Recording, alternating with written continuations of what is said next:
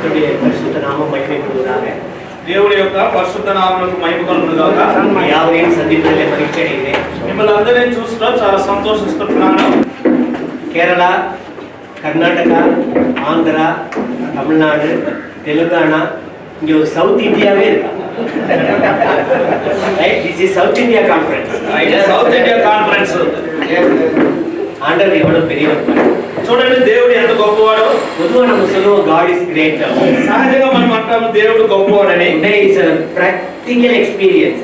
ఈ రోజు ప్రత్యేకంగా అనుభవంగా చూస్తూ ఉంటున్నాము. உங்கள் மத்தியில் நிற்பதிலே மகிழ்ச்சி அடைகிறேன். మీ మధ్య ఇలాగ నిలబడి ఉండటంలో నేను చాలా ఆనందిస్తున్నాను. இந்த கூட்டத்துக்கு அழைப்பு கொடுத்த அருமையானவர்களுக்கு என்னுடைய வாழ்த்துக்களும் நன்றியையும் உரித்தாக்குகிறேன். ఈ యొక్క సమావేశానికి నన్ను ఆహ్వానించిన బాధ్యత కలిగిన వారందరికీ కూడా నా హృదయపూర్వకమైన వందనాలు. 4000 நாட்கள் இந்த திருவார்த்தையை விதமாய் பகிர்ந்து கொண்டதை நினைத்து நான் தேவனுக்கு நன்றி சொல்கிறேன். 4000 రోజులు ఈ దైవ వాక్యం ఇలాగ పంచుకున్నదాన్ని తలంచి నేను దేవునికి స్తోత్రాలు చెల్లిస్తున్నాను. இந்த 4000 నాட்களிலே எனக்கும் சில பங்கு உண்டு என்பதை நினைத்து நான் ஆண்டவருக்கு நன்றி சொல்கிறேன். అందులో కూడా ఈ 4000 రోజుల్లో నాకు కూడా కొన్ని భాగం ఉంది అని తలంచి ఇంకును దేవుని నేను స్తుతిస్తున్నాను. ஆனா அப்போ பேசும்போதெல்லாம் இப்படி ஒரு கூட்டம் நடக்கும். அது மாதிரி பெங்களூர்ல ராஜாஜி நகர்ல வந்து நம்ம பேசுவோம்லாம் நினைச்சு நான் பேசல. కానీ ఆ రోజు మాట్లాడేటప్పుడు ఇలా ఒక సమావేశం జరుగుతుంది, రాజాజీ నగర్ లో ఇలా కలుసుకుంటామన్న ఉద్దేశంతో నేను మాట్లాడలేదు. நம்முடைய சிந்தனைக்கு అపార్పட்ட దైవத்துக்கு మహత్వం ఉండాలి. మన తలంపులకు మించిన దేవునికి మహిమ కలుగును గాక. எத்தனை நாட்கள் நான் பேசினேன் என்று எனக்கு தெரியவில்லை. ఎన్ని రోజులు జూమ్ లో మాట్లాడానో నాకు తెలియదు. ప్రియమైన అంకుల్ எல்லாத்தையும் நோட் பண்ணி வச்சிருக்காரு. நான் கேள்விப்பட்டேன். ప్రియమైన అంకుల్ గారు అన్ని కూడా నోట్ చేసి పెట్టారని నేను విన్నాను. ప్రియమానవர்களே, இது ஒரு பெரிய வேலை. ప్రియమైన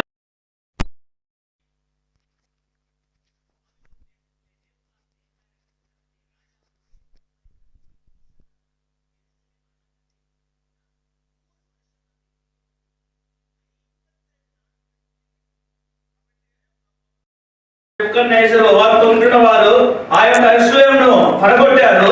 100 సంవత్సరాలు అలా ఉంటున్నది.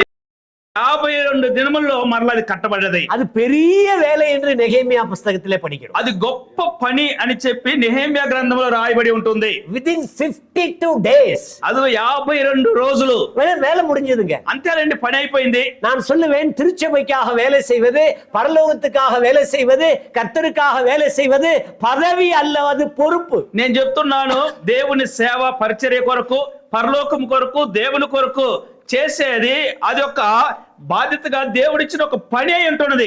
అది పదవి అల్ల. It is not a position. అది ఒక పదవి కాదు, but it is our responsibilities. అది ఒక బాధ్యత అయి ఉంటున్నది. அதை நாம் மறக்க கூடாது. అది మనం మర్చిపోకూడదు. இந்த 4000 நாட்கள் இப்படி செய்வது தேவன் தந்த பொறுப்பு. కాబట్టి 4000 రోజులు ఇలాగ చేయట దేవుడు అప్పగించిన ఒక బాధ్యత. நம்முடைய தேவன் பொறுப்புள்ள தேவன். మన దేవుడు బాధ్యత కలిగిన దేవుడు. என்ன பிரதர் பொறுப்புள்ள தேவன் என்று சொல்றீங்களே? ఏంటి బ్రదర్ బాధ్యత కలిగిన దేవుడు అని చెప్తున్నారు? ఆదాముయు ఏవాళైயும் ఉండాకినార్. ఆదాము అవ్వలను సృష్టించాడు, ஒரு తోటத்தில் வைத்தார். ఒక తోటలో ఉంచాడు. తోటం ఒరే తోటం, తోట ఒక్కటే, ఫ్యామిలీ ఒరే ఫ్యామిలీ, ఒకే కుటుంబము. ஆனால் 4 రివర్ ஓடிக்கொண்டிருக்கிறது. కానీ 4 నదులు ప్రవహిస్తున్నవి. நான் தனிப்பட்ட முறையில் உட்கார்ந்து யோசிச்சா ஒரு குடும்பத்துக்கு எதுக்கு 4 ஆறு ஓடுது? నేను వ్యక్తిగత కూర్చొని ఆలోచిస్తున్నప్పుడు ఒక్క కుటుంబానికి 4 నదులు ఎందుకు? ஆதியாகமம் 2వ அதிகாரத்தில் நீங்கள் படிக்க முடியும். ఆదికాండం 2వ అధ్యాయంలో చదవగలము. ஒரு ఫ్యామిలీ தான் బ్రదర్. ఒకే ఒక కుటుంబం బ్రదర్. హస్బెండ్ అండ్ వైఫ్ అవ్వలதான். భార్యాభర్తలు అంతే. 4 ఆరు ఓడికొண்டிருக்கு. 4 నదులు ప్రవహిస్తూ ఉంటాయి. కారణం என்ன? కారణం ఏమిటి? ఇవర్களை மட்டுமல்ல, వీరిని మాత్రమే కాదు, ఇవர்களுடைய தலைமுறைகளையும் நினைத்து దైవం அதை ఏర్పడుతుంది. వీరి తరతరములను దేవుడు జ్ఞాపకం చేసుకొని నదులు ఉంచాడు. He is the God of responsibility. కాబట్టి ఆయన బాధ్యత కలిగిన దేవుడై ఉంటున్నాడు. ఆదాముకు ஒரு பொறுப்பு கொடுத்தார். ఆదాముకు ఒక బాధ్యత ఇచ్చాడు. முதல் செய்தியிலே நாம் கேட்டோம். మొదటి వర్తమానంలో మనం విన్నాము, మనసాక్షి என்ற தலைப்பிலே. మనసాక్షి అనే అంశం మీద இப்பொழுது நாம் படித்துக் கொண்டிருக்கிறோம். ఇప్పుడు మనం చదువుతూ ఉంటున్నాము. பொறுப்பு, బాధ్యత, రెస్పాన్సిబిలిటీ. బాధ్యత. ఆదాముకు పొరుపు கொடுத்தார். ఆదాముకు బాధ్యత ఇచ్చాడు. ఆదాముకు என்ன పొరుపు கொடுத்தார்? ఆదాముకు ఏమి బాధ్యత ఇచ్చాడు? அவனுக்கு ஒரே ஒரு மனைவி. అది ఆదాముకు ఒకే ఒక భార్య. நல்ல வேளை ஏவாளுக்கு தங்கச்சி இல்ல. చాలా మంచి. అవ్వకు చెల్లెలు లేదు. ஏவாளுக்கு தங்கச்சி கிடையாது. అవ్వకు చెల్లెలు లేదు. ஆதாமுக்கு தம்பி கிடையாது. ఆదాముకు తమ్ముడు లేడు. సో எனவே அந்த கலப்பு கலப்பு திருமணம் பல திருமணம் எல்லாம் கிடையாதுங்க. అక్కడ ఇలాంటి అనేకమైన వివాహాలు అక్కడ కనిపించలేదండి. ஒரே மனைவி, ఒకే భార్య. அவர்களுக்கு ஒரு பொறுப்பு கொடுத்தார். వారికి ఒక బాధ్యత ఇచ్చాడు. என்ன பொறுப்பு அது? ఏమిటా బాధ్యత? ஆதியாகம புஸ்தகம் ఆది కాండము 2வது அதிகாரம் 2వ అధ్యాయం படிக்கலாமா? చదువుదామా? 18வது వசனம், 2వ అధ్యాయము 18వ వచనము, 2:15 సారీ, 2:15వ వచనము. இங்க கொஞ்சம் வெளிச்சம் இருந்தா நல்லா இருக்கும், பரவாயில்ல. యెహోవా ஆ. నరుని తీసుకొని ఏదైనా తోటలో 15వ వచనం. 15 మరియు దేవుడైన యెహోవా 14 చదువు. 3వ నది పేరు ఇద్దెకేలు, అది అషూరు తూర్పు వైపున పార్చున్నది.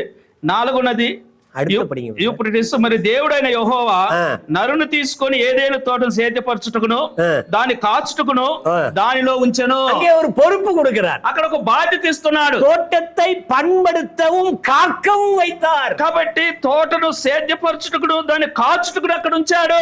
ஏன் பண்படுத்தணும்? ఎందుకు దాన్ని அது సేద్యపరచాలి? ஒரு வேலை மட்டுமல்ல, అది ఒక పని మాత్రమే அது కాదు, ஒரு பொறுப்பு. అది ఒక బాధ్యత. ஏன் பண்படுத்தணும்? ఎందుకు దాన్ని సేద్యపరచాలి? நீதான் பண்படுத்தணும், நீதான் பண்படுத்தணும், నువ్వే సేద్యపరచాలి, நீதான் விதை விதைக்கணும், నీవే విత్తనాలు நீ చల్లాలి, விளைஞ்சதை சாப்பிடலாம். నీ దాంట్లో వచ్చిన తినాలి. நீ நல்லா இருக்கணும்னா அந்த பொறுப்பை எடுத்துக்கோ. నువ్వు బాగుండాలి అనుకుంటే ఆ బాధ్యత నువ్వు తీసుకో. காக்கவும் வைத்தார். దాన్ని కాచుటకును. ஏன் காக்கணும்? ఎందుకు దాన్ని కాయాలి? நீ காத்து கொண்டால் నీవు దాన్ని కాచినట్లయితే அடுத்த தலைமுறை வந்து அதை அனுபவிக்கும். ఆ రాబో తరము వారు దాన్ని இங்க అనుభవిస్తారు. 2 காரியங்கள் சொல்லப்பட்டிருக்கு. ఇక్కడ 2 సంగతులు நீ చెప్పబడ్డాయి. நல்லா இருக்கணும், ఆ భూమి బాగుండాలి, నువ్వు உன் బాగుండాలి, தலைமுறையும் நல்லா இருக்கணும். నీవు బాగుండాలి, నీ తరము బాగుండాలి. அதனால இந்த பொறுப்பை எடுத்துக்கோ. కాబట్టే ఈ బాధ్యత నువ్వు తీసుకో. தெய்வம் பொறுப்புள்ள தெய்வம். కాబట్టి దేవుడు బాధ్యత కలిగిన దేవుడు. ஆதாமுக்கும் ஏவாளுக்கும் பொறுப்பு கொடுத்த தெய்வம். ఆదాముకు అవ్వలకు బాధ్యత అప్పగించిన దేవుడు. ஆண்டவர் பொறுப்பு மனிதனுக்கு கொடுத்து கொண்டே இருக்கிறார். కాబట్టి ఆ బాధ్యతలు మనుషులకు ఇస్తూనే ఉన్నాడు. ஆதியாகமம் படிக்கும்போது பொறுப்பு என்ற தலைப்பிலே ஆதாமுக்கு ஏவாளுக்கு பொறுப்பு. కాబట్టి ఆది కాండం చదువుతున్నప్పుడు ఆ యొక్క ఆది కాండంలో ఆదాము అవ్వలకు బాధ్యత అనే అంశం చూస్తున్నాము. வெளிப்படுத்தின விசேஷம் படிக்கும்போது யோவானுக்கு பொறுப்பு. ఆ ప్రకటన గ్రంథం చదువుతున్నప్పుడు యోహానుకు బాధ్యత ఇచ్చాడు. அவன் பத்மூத்தீவில் அரெஸ்ட் பண்ணப்பட்டிருக்கிறான். పద్మాస్ దీవిలో అక్కడ చెరపట్టబడి ఉన్నాడు. அவனுக்கு ஒரு பொறுப்பு கொடுத்தார். అతనికి కూడా ఒక బాధ్యత அவன் ఇవ్వబడింది. உட்கார்ந்து அதை எழுதுகிறான். అక్కడ కూర్చొని రాస్తూ ఉంటున్నాడు. நானும் நீங்களும் நினைக்கலாம் அது ஐலண்ட் அரெஸ்ட் என்று நினைக்கலாம். నీవు నేను అనుకోవచ్చు అది ఐలాండ్ ఒక ద్వీపంలో ఉంటున్న ఒక అరెస్ట్ అని அது చెప్పి. அவனுக்கு கொடுத்த பொறுப்பு. కానీ అది అతనికి ఇవ్వబడిన ఒక బాధ్యత. தேவனோடு தனிமை, దేవునితో ఒంటరితనం, அதிலே கிடைக்கிற இனிமை, అందులో దొరుకుతున్న సంతోషం, அதிலே கிடைக்கிற பொறுமை, అందులో ఉంటున్న ఆ యొక్క ఓర్పు, அது మాత్రమல்ல செய்ய வேண்டிய பொறுப்பு. అంత మాత్రం కాకుండా చేయవలసిన బాధ్యత அவர் எழுதினாருங்க. అక్కడ రాశాడండి. 22 அதிகாரங்க. 22 అధ్యాయాలండి. முதல் அதிகாரத்திலே கிறிஸ்துவை பற்றி எழுதுகிறார். మొదటి అధ్యాయంలో క్రీస్తు గురించి రాస్తున్నాడు. 2-3 அதிகாரங்களிலே சபையை பற்றி எழுதுகிறார். 2-3 అధ్యాయాల సంఘముల గురించి రాస్తున్నాడు. 4-5 அதிகாரத்திலே பரலோகத்தை பற்றி எழுதுகிறார். 4-5 అధ్యాయాల పరలోకం గురించి రాస్తున్నాడు. 6 முதல் 19 வரைக்கும் உபத்திரவ காலத்தை எழுதுகிறார். 6 నుండి 19 వరకు యొక్క శ్రమల కాలం 20, రాస్తున్నాడు. 21, 22 புதிய வானம் புதிய பூமி புதிய எருசலேம் எழுதுகிறார். 22 వరకు 21, 22 చూసినప్పుడు కొత్త ఆకాశం కొత్త భూమిని గురించి రాస్తుంటున్నాడు. பொறுப்பு, బాధ్యత. தெய்வம் பொறுப்புள்ளவர். దేవుడు బాధ్యత కలిగిన వాడు. கர்த்தர் நமக்கு இந்த இந்தியாவிலே சில பொறுப்புகளை கொடுத்திருக்கிறார். దేవుడు ఇండియా దేశంలో మనకు కొన్ని బాధ్యతలు ఇచ్చాడు. நமக்கு பொறுப்பை கொடுத்திருக்கிறார். మనకు బాధ్యత ఇచ్చాడు. நாம் பொறுப்புள்ளவர்களா எப்படி நடக்க வேண்டும்? మనము బాధ్యత కలిగిన వారుగా ఎలాగో నడుచుకోవాలి. குடும்பத்திலே சில பொறுப்புகளை கொடுத்திருக்கிறார். కుటుంబంలో కొన్ని బాధ్యతలు ఇచ్చాడు. ஆதாமுட்டே அதை சொல்லிட்டாரு. ఆదాముతోనే చెప్పాడు. என்ன சொன்னாரு? ఏం చెప్పాడు? నీవు பலுகி பலுகி பெருகி பூமியை நிரப்பி அதை கீழ்ப்படுத்து என்று சொன்னார். కాబట్టి నువ్వు ఫలించి విస్తరించి అభివృద్ధి చెంది భూమి నింపి దాన్ని లోపరుచుకోండి అని చెప్పాడు. கீழ்ப்படுத்தி சொல்லிட்டீங்களா? அது ரொம்ப முக்கியம். கீழ்ப்படுத்தலைன்னா அவ்வளவுதான். లోపరుచుకోకుండా పోతే అంతే. நான் ரொம்ப கிராம மக்களோடு பேசுகிற ஒரு ஊழியன். నేను గ్రామ ప్రజలతో మాట్లాడే సేవకుడిని. பூமியை காலுக்கு கீழே வை, சாமியை இங்கே வைன்னு சொல்லுவேன். ఆ భూమిని కాలి కింద పెట్టుకో, సామిని ఇక్కడ పెట్టుకో అని చెప్తాను. కరెక్టా சொல்லிட்டீங்களா? பூமியை காலுக்கு கீழே வை. కాబట్టి భూమిని నీ కాలి కింద పెట్టుకో. பணத்தை காலுக்கு கீழே வை. అనగా ధనాన్ని నీ కాలి కింద పెట్టుకో. உலக அந்தஸ்தை பூமிக்கு காலுக்கு கீழே வை. ఈ లోక అంతస్తులన్నీ నీ యొక్క కాలి క్రింద పెట్టుకో. இதை படைத்த தெய்வத்தை இங்கே வை. కానీ వీటిని కలుగు చేసిన సృష్టిని దేవుణ్ణి ఇక్కడ దాచుకో. It is also the responsibility. ఇది కూడా ఒక బాధ్యత అయి ఉంటున్నది. இந்த இடத்திலே தேவனுடைய ஊழியக்காரர்கள் தவறு செய்து விடுவார்கள். ఈ స్థలములోనే దేవుడి సేవకులను బడేవారు తప్పు చేస్తుంటున్నారు. என்ன தவறு செய்வார்கள்? ఏం తప్పు చేస్తున్నారు? அவர்கள் பழுகுவார்கள், பெருகுவார்கள், பூமியை நிரப்புவார்கள். அதுல சரி. వారు ఫలించి విస్తరించి అభివృద్ధి చేసి భూమిని నింపుతున్నారు సరే. ஆனால் பூமியை கீழ்ப்படுத்த கற்றுக்கொள்ள வேண்டும். కానీ భూమిని లోబరుచుకోవటం నేర్చుకోవటం లేదు. அது ஒரு பொறுப்பு. అది కూడా ఒక బాధ్యతే. உண்மையிலேயே உலகத்தை தன்னுடைய காலுக்கு கீழே வைத்த ஒரே ஒரு தேவனுடைய மனுஷன் பேர் சொல்லுங்க. కాబట్టి నిజంగా భూమిని తన కాలు కింద పెట్టుకున్న ఒకే ఒక దేవుని మనుషుని చెప్పండి చూద్దాం. அதாவது எல்லாம் அவனுடைய பாதங்களுக்கு கீழே இருக்கணும். அந்த மனுஷன் யார்? దేవుని మనుషుడు అనగా సమస్తమైన పాదములు కింద పెట్టుకోవాలి. ఎవరు? தேவகுமாரன் கர்த்தராகிய இயேசு கிறிஸ்து. దేవుని కుమారుడైన ప్రభువైన యేసుక్రీస్తు వారు. இயேசு கிறிஸ்துவை உயர்ந்த மலைக்கு கொண்டு போகிறான் பிசாசு. ఆ యొక్క ఉన్నత శిఖరానికి సాతానుడు యేసు ప్రభువును తీసుకువెళ్తున్నాడు. மத்தேயு 4 அதிகாரத்திலே படிக்கிறோம். మత్తయి సువార్త 4 అధ్యాయంలో చదువుతున్నాము. நீ என்னை కీழే விழுந்து கும்பிடு. నీవు నాకు నమస్కారం చేయి. என்னை பணிந்து கொள். నాకు సాగిలపడి నమస్కారం చేయి. சகல ராஜ்யங்களை உனக்கு தருவேன். సకల రాజ్యములన్నీ నీకు ఇస్తాను. ராஜ்யம் என்று சொல்லவில்லை, ராஜ்யங்கள் என்று சொல்லப்படும். రాజ్యం అని చెప్పలేదు, రాజ్యములు అని చెప్తుంటున్నాడు. ప్లూరల్ இருக்கு. అది బహువచనంలో ఉంటుంది. கிங்டம்ஸ் என்று இருக்கிறது. అదిగో రాజ్యములు எல்லாம் உனக்கு தரேன். అన్ని నీకు ఇస్తాను. கால்ல விழுந்துரு. నువ్వు నాకు నమస్కారమే సాగిలపడి. ஒருவேளை இத மாதிரி நம்மிடத்திலே சொல்லி இருந்தால் நாம் என்ன நினைத்திருப்போம்? ఒకవేళ ఎవరైనా మనతో ఇలాగ చెప్తే మనం ఏం చేస్తాం? This is not a joke. ఇది ఒక నవ్వులాట కాదు. This is the word of God. ఇది దేవుని సత్యం వాక్యం. என்ன செய்திருப்போம்? మనం ఏం చేస్తాం? அது என்னங்க ராஜ்யங்கள்? అదేంటంటే రాజ్యాలు. நம்பர் 1 మొదటిది రిలీజియస్ కింగ్డమ్, మత రాజ్యం. మత సంబంధమైన రాజ్యము. నంబర్ 2 రెండవది ఎకనామికల్ కింగ్డమ్, ధన సంబంధమైనది. పొరులాధార రాజ్యం. ధన సంపన్నమైనది. నంబర్ 3 మూడవది పొలిటికల్ కింగ్డమ్, రాజకీయ సంబంధమైనది. எல்லாம் தர்றேன் உனக்கு, అన్ని ఇస్తాను నీకు அப்படின்னு யார்கிட்ட வந்து சொல்றான்? అని ఎవరితో వచ్చి చెప్తుంటున్నాడు? ஹெவன்லி கிங் கிட்ட வந்து சொல்றான். పరలోకం యొక్క రాజుతో వచ్చి அவருக்கு ஹெவன்லி கிங்டம் இருக்கு. అది ఆయనకే పరలోక రాజ్యమే ఉంటుంది. டெவில் வந்து பேசலாம். సాతాను వచ్చి మాట్లాడుతున్నాడు. விழுந்து கும்பிடு, నీవు నాకు నమస్కారం I will చేయి. give you all the kingdom. అదిగో నేను అన్ని రాజ్యాలు నీకు ఇస్తాను. நம்மளா இருந்தா என்ன செய்வோம்? మనమైతే ఏం చేస్తాం? கொஞ்சம் யோசிக்க வேண்டியிருக்குல்ல. కొద్దిగా ఆలోచన చేయవలసి ఉంటుంది కదా. கொஞ்சம் ஏறு ஒய்ஃப் கிட்ட கேட்டு வந்துடுறேன். ఉండు మా భార్యని అడిగి వస్తాను. அந்த అమ్மா என்ன சொல்லுவாங்க? ఆమె ఏమంటది? அந்த అమ్மா என்ன சொல்லுவாங்க? ఆమె భార్య ఏమంటది? Darling, this is the right chance. ఇదే మనకు సరైన సందర్భం. இவரு போய் என்ன செய்வாங்க? ఇప్పుడు ఈయన అక్కడికి వెళ్ళి ఏం చేస్తాడు? மேடம் சொல்லிட்டாங்க, ஆடம் அங்க போக வேண்டியது. ఆ మేడం చెప్తే ఆడం వెళ్ళాల్సి ఉంది. அங்க போய் கேட்க வேண்டியது. అక్కడికి వెళ్ళి అడగాల్సి ఉంది. நம்முடைய நிலைமை போயிடுச்சுங்க. మన స్థితి మారిపోయింది. தலைகீழ போயிடுச்சு. తలకిందులైనది. அதனாலதான் பிரதர் அண்ட் பீப்புளுடைய ஸ்டாண்டர்డ్ குறைஞ்சிருச்சு. కాబట్టి బ్రదర్ యొక్క సహోదరుల యొక్క ఆ యొక్క స్థిరత్వం తగ్గిపోయింది. We are not for money.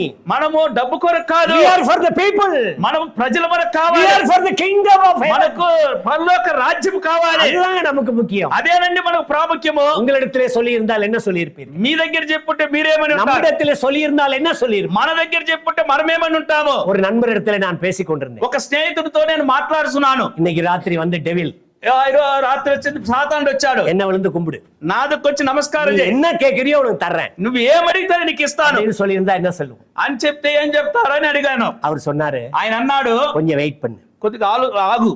யார்கிட்ட? ఎవరి దగ్గర? டெவில்ட்ட. ఆ సాతానుడి దగ్గర. கொஞ்சம் வெயிட் பண்ணு, కొద్దిగా ఆగు. 20 rupees ஸ்டாம்ப் பேப்பர் ஒன்னு வாங்கிட்டு வந்துடுறேன். 20 రూపాయల స్టాంప్ పేపర్ తీసుకొని వస్తాను. நான் எழுதுறேன், నేను రాస్తాను. நீ என்ன சொன்ன నువ్వేం చెప్పావు அதெல்லாம் எழுதுறேன். అవన్నీ రాస్తాను. புட்டி ஒரு சிக்னேச்சர், అది ఒక సంతకం చేయి. then I will go down. ఆ తర్వాత నేను నమస్కారం நான் చేస్తాను. விழுந்துடுறேன். నేను కింద నమస్కారం நீ చేస్తాను. மாறிட்டீனா నువ్వు మారితే பொய்யனும் பொய்க்கு பிதாவுமா இருக்கிறவன். నువ్వు అబద్ధమునకు జనకుడు అయి ఉన్నావు. என்ன சென்சிட்டிவ்னஸ். చూడండి ఏమి తెలివి లేని పని. நமக்கு பொறுப்பு இருக்கிறது. మనకు ఒక బాధ్యత We ఉంటున్నది. are having the responsibilities on the earth under the sun. అదిగో మనకు ఒక బాధ్యత ఉంటున్నది. భూమిపైన ప్రభువైన యేసుక్రీస్తును గురించి చెప్పే. பொறுப்புள்ளவர்கள் எப்படி நடந்து கொள்ள வேண்டும்? ఆ బాధ్యత కలిగిన వారు ఎలాగ నడుచుకోవాలి? தேவன் பொறுப்புள்ளவர்களை தேடுகிறார். దేవుడు బాధ్యత కలిగిన వారిని వెతుకుతున్నాడు. ஒண்ணுமில்லங்க, மோசே எடுத்துக்கங்க. ఏం లేదండి, మోషన్ తీసుకోండి. 5 புஸ்தகம் எழுதினாருங்க. 5 కాండములు రాశాడు. நல்லா கவனிக்கணும். గమనించండి.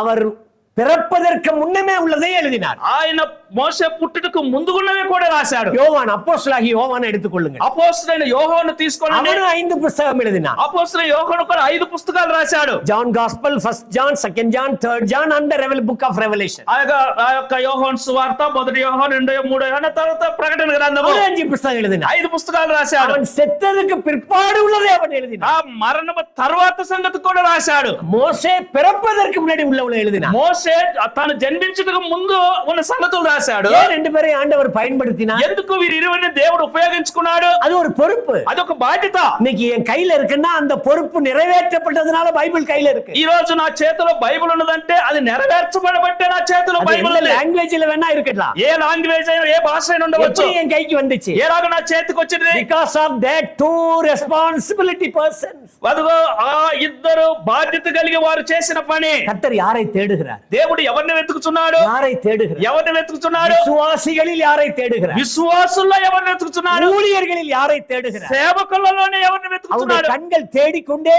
இருக்கிறது. అది ఆయన కన్నులు వెతుకుతూ ఉన్నవి. யாரை தேடுகிறார்? ఎవరిని? பொறுப்புள்ளவர்களை தேடுகிறார். బాధ్యత కలిగిన వారిని. He is seeking the responsibility servants. అదిగో బాధ్యత కలిగిన సేవకులను ఆయన వెతుకుతున్నాడు. Responsibility leaders. అదిగో బాధ్యత కలిగిన నాయకులను వెతుకుతున్నాడు. இன்னமும் தேடுறாருங்க. ఇంకా వెతుకుతూనే ఉన్నాడు. He is seeking. అదిగో ఇంకా ఆయన వెతుకుతున్నాడు. நாம் அந்த இடத்துல இருக்கிறோமா? మనం ఆ స్థానంలో ఉన్నామా? தேவன் பொறுப்பு தருகிறார். దేవుడు బాధ్యత ఇస్తున్నాడు. பொறுப்பை பெற்றவர்கள் பொறுப்பாய் நிறைவேற்றி முடித்தவுடன் அதிக பொறுப்பை தருகிறார். కాబట్టి బాధ్యత పొందిన వారు ఆ బాధ్యతను సరిగా నెరవేర్చిన తర్వాత మరలా ఇంకొక అధికమైన బాధ్యత ఇస్తున్నాడు. யோசிச்சு பாருங்க, ஆசரிப்பு கூடாரம் கட்டுகிற வேலையை மோசே இடத்துல கொடுத்தார். మీరు ఆలోచించి చూడండి, ప్రత్యక్ష గుడారములు కట్టే పనిని మోషే చేతికి అప్పగించాడు. யாத்ராகமம் 40வது அதிகாரத்தில் படிக்கிறோம், கர்த்தர் காண்பித்த மாதிரியின்படியே மாதிரியின்படியே மாதிரியின்படியே மாதிரியின்படியே செய்து முடித்தார். కాబట్టి నిర్గమకాండం 40వ అధ్యాయం చదువుకుంటూ వచ్చినప్పుడు దేవుడు యెహోవా చూపించినట్లుగానే సమస్తం చేసి ముగించాడు. స్ట్రక్చర్ கொடுத்திருக்கிறார். అక్కడ ఒక ప్రణాళిక సిద్ధపరిచి ఇచ్చాడు. நோவாவுக்கு ஒரு ஸ்ட்ரக்சர் கொடுத்தார். నోవాహుకు అలాగ ప్రణాళిక సిద్ధపరిచి ఇచ్చాడు. நோவாவுக்கு கொப்பேர் மரம் என்ற మరத்தை காண்பித்தார். ఆ యొక్క చితిసారపు మానును ఆ యొక్క నోవాహుకు చూపించాడు. మోసేకి సిత్తి మరం என்ற మరத்தை కాண்பித்தார். కానీ మోషేకు తుమ్మను చూపించాడు. யோசித்து பார்க்கணும், ఆలోచించి చూడాలి. பொறுப்பை தருகிறார், బాధ్యతలు ఇస్తున్నాడు. யோவானுக்கு பொறுப்பை தந்தார். యోహానుకు బాధ్యత ఇస్తున్నాడు. அப்போஸ்தலனாகிய யோவான் கர்த்தராகிய இயேசு கிறிஸ்துவின் சிலுவை வரைக்கும் வந்தவன். అపోస్తలుడైన యోహాను ప్రభువైన యేసుక్రీస్తు వారితో కూడా సిలువ వరకు వెంబడించిన వాడు. இன்னும் கொஞ்ச நேரத்துல கர்த்தராகிய இயேசு கிறிஸ்து தலையை சாக்கி போறாரு. ఇంకా కొన్ని క్షణముల్లో ప్రభువైన యేసుక్రీస్తు వారు తల వాల్చబోతున్నాడు. அப்போ யோவான்ட்ட ஒரு பொறுப்பு கொடுக்கிறார். అప్పుడు యోహాను దగ్గర ఒక బాధ్యత ఇస్తున్నాడు. It is also the responsibility. అది కూడా ఒక బాధ్యతే. என்ன பொறுப்பு? ఏమిటా బాధ్యత? அதோ உன் தாய், ఇదిగో నీ తల్లి, நீதான் கேர் எடுக்கணும். ఇదిగో నీ బాధ్యత తీసుకోవాలి. நீதான் கேர் எடுக்கணும். నీవే బాధ్యత తీసుకోవాలి. அவனை ஏற்றுக்கொண்டார். ఆమెను కూడా అంగీకరించాడు. அப்போஸ்தலர் 1ஆம் அதிகாரத்துக்கு வாருங்கள். అపోస్తల కార్యం 1వ అధ్యాయంలోకి రండి. இங்கே மேல் வீட்டிலே கூடி வந்து ஜெபிக்கையில் அங்கே மரியாள் இருக்கிறாள். అక్కడ మేడగదిలో ప్రార్థన చేసే వారిలో మరియా ఉంటున్నది. யோவான் இந்த பொறுப்பை பெற்றுக்கொண்டார். యోహాను ఆ బాధ్యతను తీసుకున్నాడు. அவருடைய మరణ వేళை, ఆ యొక్క మరణ సమయము கவனிக்கணும், జాగ్రత్తగా அவருடைய గమనించండి. மரண வேலை, అతని యొక్క మరణ அவர் సమయం, உயிரோடு இருக்கும்போது கொடுக்கப்பட்ட பொறுப்பு, తాను బ్రతికి ఉన్నప్పుడు ఇచ్చిన బాధ్యతను, மரிக்கிற வேலையிலே கொடுக்கப்பட்ட பொறுப்பு, అలాగనే మరణించడానికి ముందుగా ఇవ్వబడిన బాధ్యతను, உயிர் தெழுந்த பிற்பாடு கொடுக்கப்பட்ட பொறுப்பு, అలాగనే పునరుద్ధానుడై లేచిన తర్వాత ఇచ్చిన బాధ్యతను, மகிமைப்படுத்தப்பட்ட கிறிஸ்து பத்மு தீவிலே கொடுக்கப்பட்ட பொறுப்பு, మహిమపరచబడిన క్రీస్తు పద్మాస్ దీవులో తనకు అప్పగించిన బాధ్యతను அவன் அதை பெற்றுக்கொண்டார். అది పొందాడు. பிற்பாடு எபேசு சபைக்கு மூப்பனாகிறார். తర్వాత ఎఫెసీ సంఘమునకు ఆ యొక్క పెద్దగా అవుతున్నాడు. அந்த மூப்பருடைய வேலையை சரியாய் செய்கிறார். ఆ పెద్దరికం అనేది సరిగా చేస్తున్నాడు. இன்றைக்கு மூப்பர்கள் சரியா செய்றாங்களா? నేటి దినాన పెద్దలను బడిన వారు తన యొక్క పరిచయం సరిగా చేస్తున్నారా? எனக்கு ஒரு கூட்டாளி தெரியும். నాతో కూడా ఒక సహకారి తెలుసు. அவர் சொல்லுவாரு, எல்டர் இல்லங்க, இப்பெல்லாம் அவங்க எல்லாம் வெல்டர் ஆயிட்டாங்க. ఆయన ఎల్డర్ కాదండి, ఇప్పుడు వెల్డర్ అయ్యాడు అంటారు. அவங்க மாறிட்டாங்க. మారిపోయారు. என்ன வேலை செய்றாங்க? వారు ఏం పని చేస్తున్నారు? முன்னாடி W போட்டுக்கிட்டாங்க. முன்னாடி W, ఆ ముందు డబ్ల్యూ అనే అక్షరం ఇంగ్లీష్ అక్షరం వేసుకున్నారు. அப்படியே வெல்ட் வச்சிட்டே போறாங்க. ఆ ఎల్డర్ పోయి వెల్డ్ పెట్టి తగిలించుకుంటూ உங்களுக்கு தெரியும், வெல்ட்னா பத்த வைக்கிற வேலைன்னு அர்த்தம். ఆ వెల్డ్ చేయటం అంటే అగ్గి పెట్టి యొక్క అంటించటము, தேவையில்லாததை பத்த வச்சிடறாங்க. అవసరం లేని వాటిని వెలిగిస్తున్నారు. நாம் பொறுப்புள்ளவர்கள், మనం బాధ్యత కలిగిన వారు, ஊழியர்கள் பொறுப்புள்ளவர்கள், సేవకులను పడేవారు బాధ్యత కలిగిన వారు, மூப்பர்கள் பொறுப்புள்ளவர்கள், పెద్దలను పడేవారు బాధ్యత కలిగిన వారు, உதவிக்காரர்கள் பொறுப்புள்ளவர்கள், పరిచారకులను పడే బాధ్యత కలిగిన వారు, விசுவாசிகளும் பொறுப்புள்ளவர்கள். విశ్వాసులు కూడా బాధ్యత కలిగిన వారే. ஏன் பொறுப்புள்ளவர்கள்? ఎందుకు వారు బాధ్యత కలిగిన நம்முடைய వారు? தேவன் பொறுப்புள்ள தேவன். మన దేవుడు బాధ్యత కలిగిన వాడు. இப்ப அவர் என்ன பொறுப்புங்க நிறைவேற்றிட்டு இருக்காரு? ఇప్పుడు ఆయన ఏ బాధ్యత నెరవేరుస్తున్నాడు? அட் பிரசன்ட் ఇప్పుడు ప్రస్తుతం கர்த்தராகிய உயிர்த்தெழுந்த கர்த்தராகிய இயேசு கிறிஸ்து எந்த பொறுப்பை நிறைவேற்றி கொண்டு இருக்கிறார்? పునరుద్ధానుడైన లేచిన ప్రభు అయిన యేసుక్రీస్తు వారు ఇప్పుడు ఏ బాధ్యతను ఆయన నెరవేరుస్తున్నాడు? நமக்காக பரிந்து பேசிக் கொண்டிருக்கிறார். మన కొరకు విజ్ఞాపన చేస్తూ ఉంటున్నాడు. அதே யோவான் எழுதுகிறார் தன்னுடைய நிருபத்திலே. అది యోహాను తన పత్రికలు రాస్తున్నాడు. ஆண்டவர் இயேசு கிறிஸ்து பரிந்து பேசிக் கொண்டிருக்கிறார். ప్రభు అయిన యేసుక్రీస్తు వారు మన కొరకు అక్కడ విజ్ఞాపన చేస్తున్నాడు. The responsibility of intercession work. நடுவிலே மத்தியஸ்தராய் இருந்து பரிந்து பேசுகிற வேலையை செய்கிறார். ఆయన మధ్యవర్తిగా ఉండి మన కొరకు ఆయన తండ్రి యొక్క విజ్ఞాపన చేస్తూ ఉంటున్నాడు. அப்போஸ்தலனாகிய பவுலை பற்றி படிச்சோமே. అపోస్తలుడైన పౌలు గురించి మనం విన్నామే. அவர் எழுதின நிருபங்கள் ఎత్తனை? ఆయన రాసిన పత్రికలన్నీ. ஏன் அவருக்கு மட்டும் அவ்வளவு பொறுப்பு கொடுக்கப்பட்டது? ఎందుకు అతనికి మాత్రం అంత గొప్ప బాధ్యత ఇవ్వబడది? கொடுக்கப்பட்ட பொறுப்பிலே உண்மையாய் நிறைவேற்ற வேண்டும். ఇవ్వబడిన బాధ్యతలో నమ్మకస్తులుగా పనిచేస్తున్నాడు. நாம் என்ன பிரசங்கிக்கிறோம் என்பதை விட మనము ఏం ప్రసంగం చేస్తున్నాం అన్న దానికంటే நம்முடைய கேரக்டர் தாங்க ரொம்ப முக்கியம். మన యొక్క క్యారెక్టర్ ఎలాగున్నదే ప్రాముఖ్యం. நம்முடைய குணாதிசயம் மிக முக்கியம். మన యొక్క గుణాశయం అనేది చాలా ప్రాముఖ్యము. நான் இப்படி சொல்லுவேன், నేను ఇలాగ అంటాను, என்னை ஒருவன் ஏற்றுக்கொண்டால் என் வார்த்தையையும் ஏற்றுக்கொள்வான். నన్ను ఒకడు అంగీకరించినట్లయితే నా మాటను కూడా అంగీకరిస్తాడు. நான் ஒரு ஸ்கூல்ல போய் டீச் பண்ணிட்டு இருக்கேன். 30 வருஷமா பிள்ளைகளுக்கு ஆண்டவரை பற்றி சொல்லி கொடுத்தேன். నేను ఒక స్కూల్లో 30 సంవత్సరాలుగా దేవుని గురించి వారికి బోధ చేస్తున్నాను. அவர்கள் என்னை முதலாவது ஏற்றுக்கொண்டார்கள். వారు మొదటగా నన్ను అంగీకరించారు, பிற்பாடு என்னுடைய வார்த்தையை ஏற்றுக்கொண்டார்கள். తర్వాత నా మాటలు అంగీకరిస్తున్నారు. என்னை எப்படி ஏற்றுக்கொள்கிறார்கள்? నన్ను ఎలాగ వారు ஒரு అంగీకరించారు? மனிதனை ஏற்றுக்கொள்ள என்ன குணாதிசயம் வேண்டும்? ఒక మనుషుల్ని మరొక మనిషి అంగీకరించాలంటే ఏమి గుణాశయం వారిలో ఉండాలి? 2 குணாதிசயம் வேண்டும். 2 గుణాశయములు. நம்பர் 1 ఒకటిది words, మాట, நம்பர் 2 రెండవది deeds, செயல்கள். ఆ క్రియలు. words and deeds, அவ்வளவுதான் முடிஞ்சது. మాట, క్రియ, ఈ రెండేనండి. இது ரெண்டிலே நம்ம ஏற்றுக்கொள்ள வேண்டும். ఈ రెండు కూడా మనం అంగీకరించాలి. நம்முடைய deeds எப்படி இருக்கிறது? మన యొక్క క్రియలు ఎలాగుంటున్నవి? நம்முடைய குணாதிசயம் எப்படி? మన యొక్క గుణాశయములు ఎలాగుంటున్నవి? 3 இடங்களை சுட்டிக்காட்டி நான் நிறைவு செய்ய விரும்புகிறேன். 3 స్థలాలను మీకు చూపించి ముగించాలనుకుంటున్నాను. 1, ఒకటి, பொறுப்புள்ளவர்களுடைய குணாதிசயங்கள் 3 ஏரியாவிலே நான் சுட்டிக்காட்ட விரும்புகிறேன். బాధ్యత కలిగిన వాడి యొక్క గుణాశయములు 3 స్థలములను ఎత్తి చూపించాలనుకుంటున్నాను. நல்லா மறுபடியும் கவனிங்க. జాగ్రత్తగా మరలా వినండి. பொறுப்புள்ளவர்களுடைய குணலட்சணங்களை வேதாகமத்திலே 3 இடங்களிலே உங்கள் முன்னாடி வைக்க விரும்புகிறேன். కాబట్టి బాధ్యత కలిగిన వారి యొక్క గుణాశయములు దైవ గ్రంథములో ఉండి 3 స్థలములు తీసి మీ ముందు ఉంచాలని ఆశిస్తున్నాను. 1, ఒకటి, நியாயப்பிரமாண காலத்துக்கு ఉట్పట్టది, ధర్మశాస్త్ర కాలములకు సంబంధించినది. நம்பர் 2, రెండవది, பாபிலோன் தேசத்திலே காணப்பட்டது. రెండవది బబులోను దేశములో కనబడినది. நம்பர் 3, మూడవది, புதிய ஏற்பாட்டிலே நமக்கு சொல்லப்பட்டது. క్రొత్త నిబంధన కాలంలో మనకు చెప్పబడినది. மோசே தான் தலைவனா இருக்கிறான். మోషే నాయకుడుగా ఉన్నాడు. மோசே கல்யாணம் ஆயிடுச்சாங்க? మోషేకు వివాహమైందా? ஆயிடுச்சா? சரி, ஏதாவது டவுட் இருந்துச்சுன்னா சொல்லிடுங்க. అంటే అనుమానం ఉంటే అడగండి, చెప్తాను. அவன் ஒரு ஃபேமிலி மேன், కాబట్టి అతను ఒక ఫ్యామిలీ మ్యాన్, కుటుంబస్తుడు, குடும்பஸ்தனா இருக்கிறான். కుటుంబస్తుడుగా ఉన్నాడు. 6,03,550 பேர் பிரயாணப்பட்டார்கள். 6,03,500. 6,00,000. நீங்க மறுபடியும் பைபிள் படிக்கணும். 12 கோத்திரம், 12 గోత్రములు எகிப்திலே ఐగుప్తులో ராமசேஸ் என்ற இடத்திலிருந்து రామసేన అనబడే స్థలము నుండి புறப்பட்டார்கள். బయలుదేరారు. புறப்பட்டவர்களுடைய எண்ணிக்கை వారు బయలుదేరిన వారి యొక్క లెక్క 6,03,550 பேர். 6,03,550 మంది. அப்போ 6,03,550 பேருக்கு தலைவனாயிருக்கு. 6,03,500 మందికి ఆయన నాయకుడుగా ఉన్నాడు. 12 கோத்திரம், 12 గోత్రాలు, எபிரேய பாஷைக்காரர்கள், అందరూ కూడా ఎబ్రీ భాష మాట్లాడేవారు. இஸ்ரவேலர்கள், ఇశ్రాయేలు ప్రజలు நிறைய பிரச்சனை உள்ளவர்கள், అనేక సమస్యలు ఉన్నవి. வணங்கா கழுத்துள்ளவர்கள், వారు మెడ వంచని వారు, திருப்பி போடாத அப்பம். వారు తిప్పివేయబడిన అప్పము. நான் சொல்லல, ஓசியா தீர்க்கதரிசி சொல்றாரு. నేను చెప్పలేదు, ఓసియా ప్రవక్త చెప్తుంటున్నాడు. திருப்பி போடாத அப்பத்துக்கு பேர் என்னங்க? వారు తిప్పివేయబడలేని రొట్టె లేక అప్పం అంటే దానికి అర్థం ఏమిటండి? அறவேக்காடுன்னு அர்த்தம்.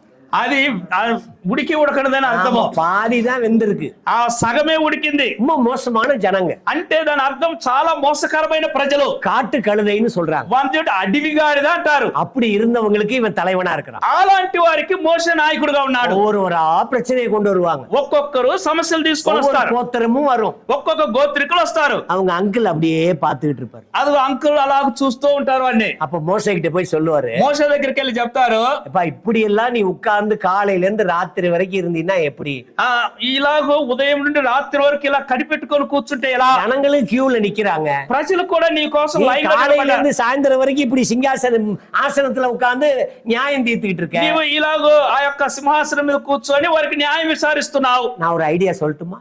మామ నేను ఒక ఆలోచన చెప్పానా? நான் ஒரு ஐடியா சொல்லட்டுமா? నేను ఒక ఆలోచన చెప్పానా? என்னுடைய குறிப்புல எழுதியிருக்கேன். నేను రాసుకున్న నోట్లో రాశాను. எவ்வளவு பெரிய தலைவனா இருந்தாலும் ஆலோசனை தேவை. ఎంత గొప్ప నాయకుడైనా తనకు ఆలోచన చెప్పేవారు అవసరము. தலைவனுங்க, எவ்வளவு பெரிய தலைவன். మోసే ఎంత గొప్ప నాయకుడు.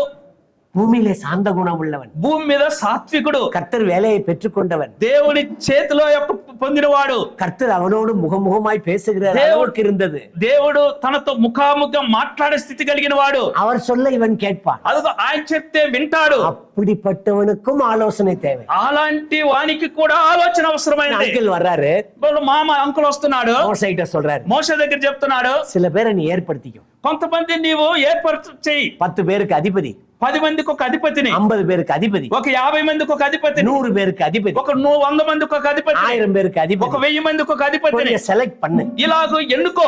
எலெக்ட் பண்ணு இல்ல, செலக்ட் பண்ணு.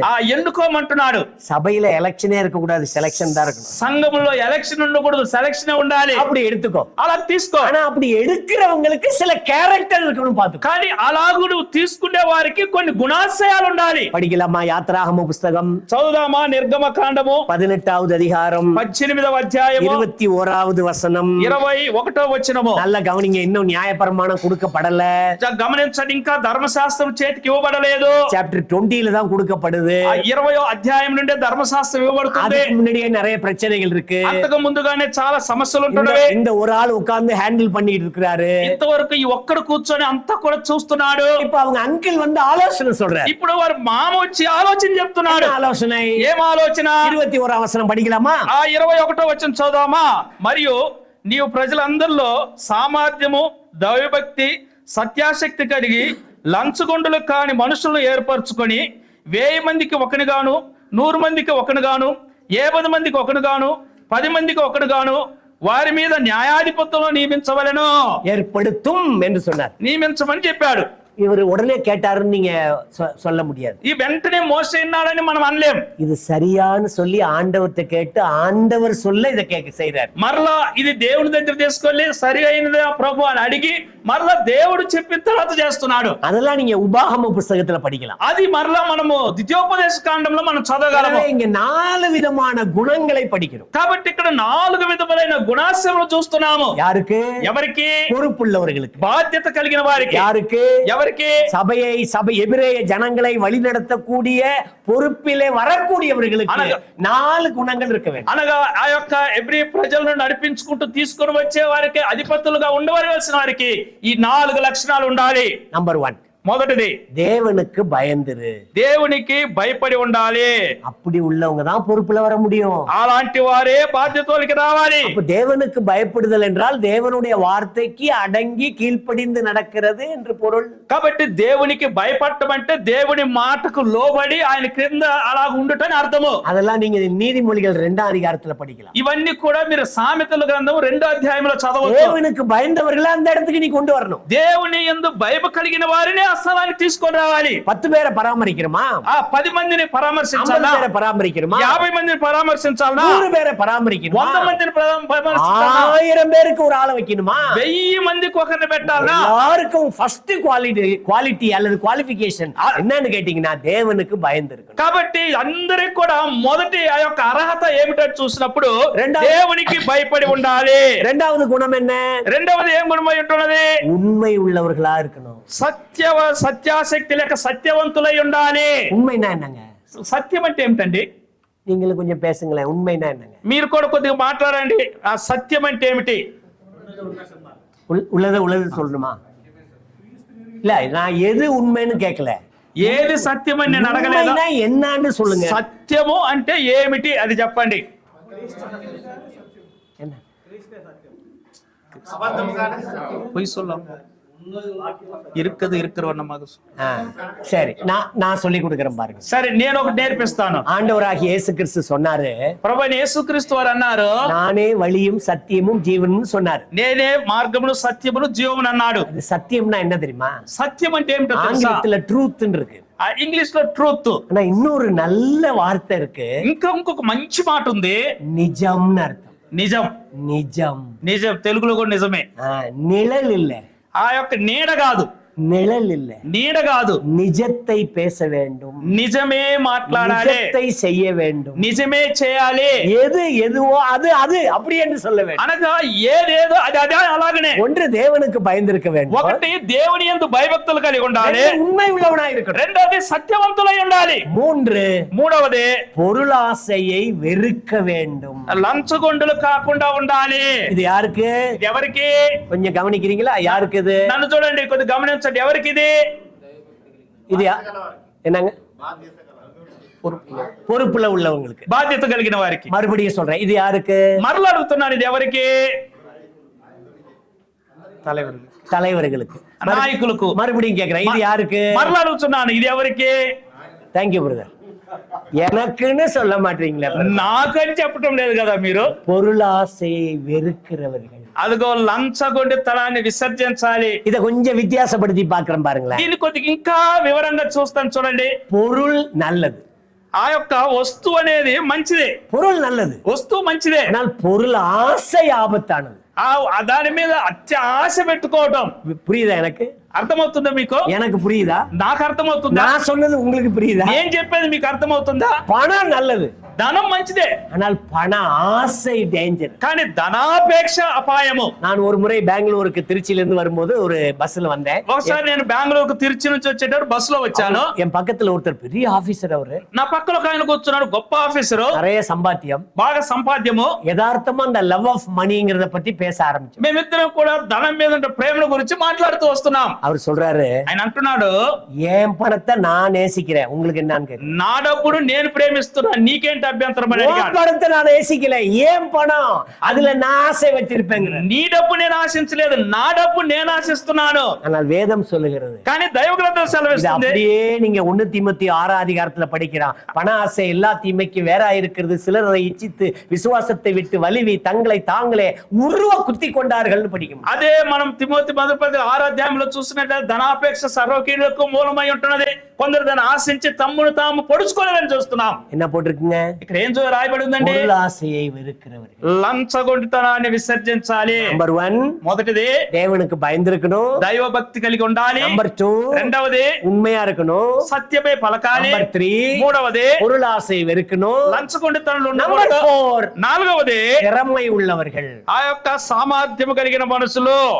இந்த 3 இருந்தாலே திறமை தானா வருங்க. ఈ మూడు ఉంటే సామర్థ్యత తనకు తానే వస్తుంది. என்ன புரிஞ்சிட்டீங்களா? இப்போ నన్ను అర్థం చేసుకున్నారు. ఇప్పుడు நான் இப்படித்தான் இதை புரிஞ்சுக்கிட்டேன். నేను ఇలాగనే దీన్ని అర్థం చేసుకున్నాను. திறமை என்ன பெரிய மாயாஜால வித்தை செய்றவங்க இல்ல. సామర్థ్యత అంటే ఏదో మాయాజాలం చేసేవారని కాదు. ரன்னிங் ரேஸ்ல ஓடி முதல் பிரைஸ் வாங்குறது இல்ல. లేక రన్నింగ్ రేస్ లో పరిగెత్తి ఫస్ట్ ప్రైజ్ తీసుకునేవారు ஏதோ కాదు. பெரிய சாதனை அல்ல. ఏదో గొప్ప సాధించిన వారు కాదు. கேரக்டர் இருந்தாலே ஆட்டோமேட்டிக்கா திறமைசாலி. ఈ గుణాశయములు ఉంటేనే తనకు తానుగైన సామర్థ్యవంతులు. இது யார் சொன்னது? ఇది ఎవరు చెప్పారు? எபிரேய ஜனங்களை ఎబ్రియా ప్రజలను வழி நடத்திட்டு வரும்போது మార్గంలో నడిపించుకుంటూ వస్తుండగా மோசேயுடைய மாமன் మోషే యొక్క మామగారు மோசேக்கு சொல்லி கொடுத்த ஆலோசனை, మోషేకు నేర్పించిన ఆలోచన, பொறுப்புள்ளவர்களுக்கு தேவையான குணம், ఆ యొక్క బాధ్యత కలిగిన వారికి అవసరమైన గుణములు.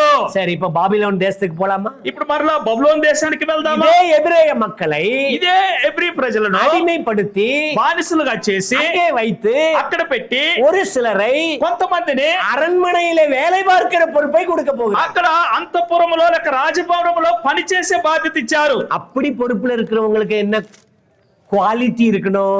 అక్కడ పనిచేసే వారికి ఏ గుణాశయములు ఉండాలి, ఇప్పుడు అర్హతలు ఉండాలి. ஏற்கனவே என்ன படிச்சோம்? ఇంతకు ముందుగా మనం ఏం చదివాము? யாத்ராகமம் నిర్గమకాండము 18 அதிகாரம் 18 అధ్యాయము 21 வசனம். 21వ వచనం. ஒரே வசனத்துல 4 கேரக்டர் படிச்சோம். ఒకే వచనము 4 గుణాశయములు చూసాం. அதே மாதிரி అలాగనే தானியேல் புஸ்தகத்துல దానియేలు గ్రంథములో முதல் அதிகாரத்துல మొదటి అధ్యాయము 3வது வசனத்துல 3వ వచనంలో ஒரே வசனத்துல ఆ ఒక్క వచనంలో அரண்மனையில வேலை பார்க்கிறதுக்கு రాజభవనంలో పనిచేయుటకు என்னெல்லாம் கேரக்டர் இருக்கணும்? ఏ యొక్క ఆ యొక్క గుణములు ఉండాలి. இது புறஜாதிகளுடைய தேசம். ఇది అన్య జనాంగముల యొక్క దేశము. அவங்க என்ன எக்ஸ்பெக்ட் பண்றாங்க? వారు ఏం ఎదురు చూస్తున్నారు? என்ன எக்ஸ்பெக்ட் பண்றாங்க? వారు ఏం ఎదురు చూస్తున్నారు? அதெல்லாம் எழுதி இருக்குங்க. ఇక్కడ ఏం రాయబడి ఉంది? ஒண்ணு இல்லைங்க, கர்த்தருடைய சபைக்கும் வெளியில உள்ளவங்களுக்கும் உள்ள குவாலிபிகேஷன் அல்லது அவங்களுடைய குணநலன்கள் எல்லாம் பாக்குறாங்க. అదిగో ఏం లేదండి, సంఘంలో ఉన్న వారికి బయట ఉన్న వారి లోపల ఉన్న వారి గుణాశలు ఏమిటని చూస్తున్నారు. ஒண்ணு இல்லைங்க, Indian navy, Indian army, Indian air force.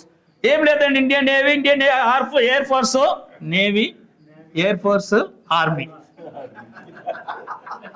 இல்ல கொஞ்சம் தெலுங்கு தெரியறதுனால நானும் அப்படி எப்படி நிறுத்தி பாக்குறேன். నాకు కొద్దిగా తెలుగు తెలుసు కాబట్టి ఏదైనా తప్పిపోతుంటే వెంటనే నిలబెట్టి ఆయన ముఖం చూస్తున్నాను అంటున్నాను. இந்தியன் நேவிக்கு என்ன பாக்குறாங்க, இந்தியன் ஏர்ஃபோர்ஸுக்கு என்ன பாக்குறாங்க, இந்தியன் ஆர்மிக்கு என்ன தெரியுமா பாக்குறாங்க? Height, weight, chest. ఈ మూర్తికి చూసేది height, weight, chest. Chest expansion இருக்கணும். అది ఆ యొక్క విరివడై. పెద్దదిగా ఉండాలి, హైట్ இருக்கணும், ఎత్తు ఉండాలి, நல்ல வெயிட் இருக்கணும். బాగా బలం ఉండాలి. சபையில என்ன பாக்குறாங்க? సంఘంలో ఏం చూస్తున్నాం? ஆண்டவர் சபைக்கு பொறுப்புள்ளவங்களை என்ன பாக்குறாரு?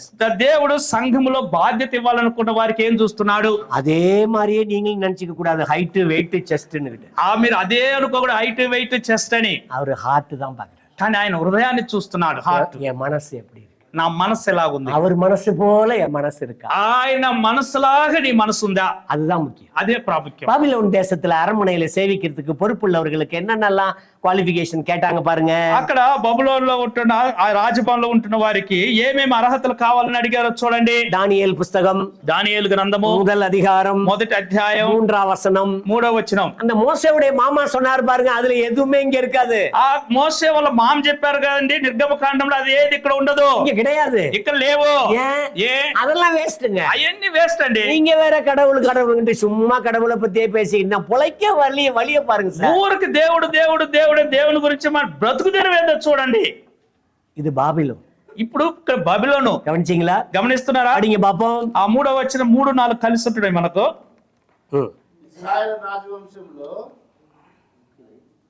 படிங்க. అక్కడ నుంచి చదవండి. విద్యలై, లోపం లేని సౌందర్యం గల సకల విద్య ప్రావీణ్యతను జ్ఞానం కలిగి తత్వ జ్ఞానం తెలుసుకున్న వారై రాజనగరం నందు నిలువదగిన కొందరు బాలను రప్పించి కల్దీల విద్యను భాషను వారికి నేర్పము.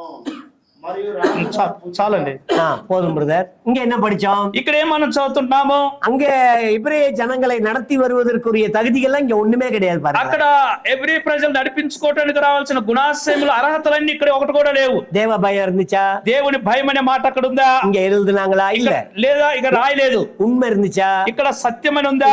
లేదు. பொருளாசை வெறுன்னு இருந்துச்சா? ఇక్కడ అక్కడ లంచగొండిగా ఉండకూడదని ఉందా? திறமை மட்டும் இருந்துச்சு. కానీ ఇక్కడ సామర్థ్యం ఉంటుంది. திறமை மட்டும் இருந்துச்சு. సామర్థ్యం ఉంటుంది. இவங்களுக்கு எது திறமை? ఇది వీరికి సామర్థ్యం అంటే ఏమిటి? ராஜகுலமா இருக்கணும், రాజవంశంలో ఉండాలి, துறை மக்களா இருக்கணும், துறை மக்கள் ఆ యొక్క దొరసాన్లై ఉండాలి, யாதொரு மாசு இல்லாம இருக்கணும், ఏ లోపం లేని వారై ఉండాలి. எதுல? దేంట్లో?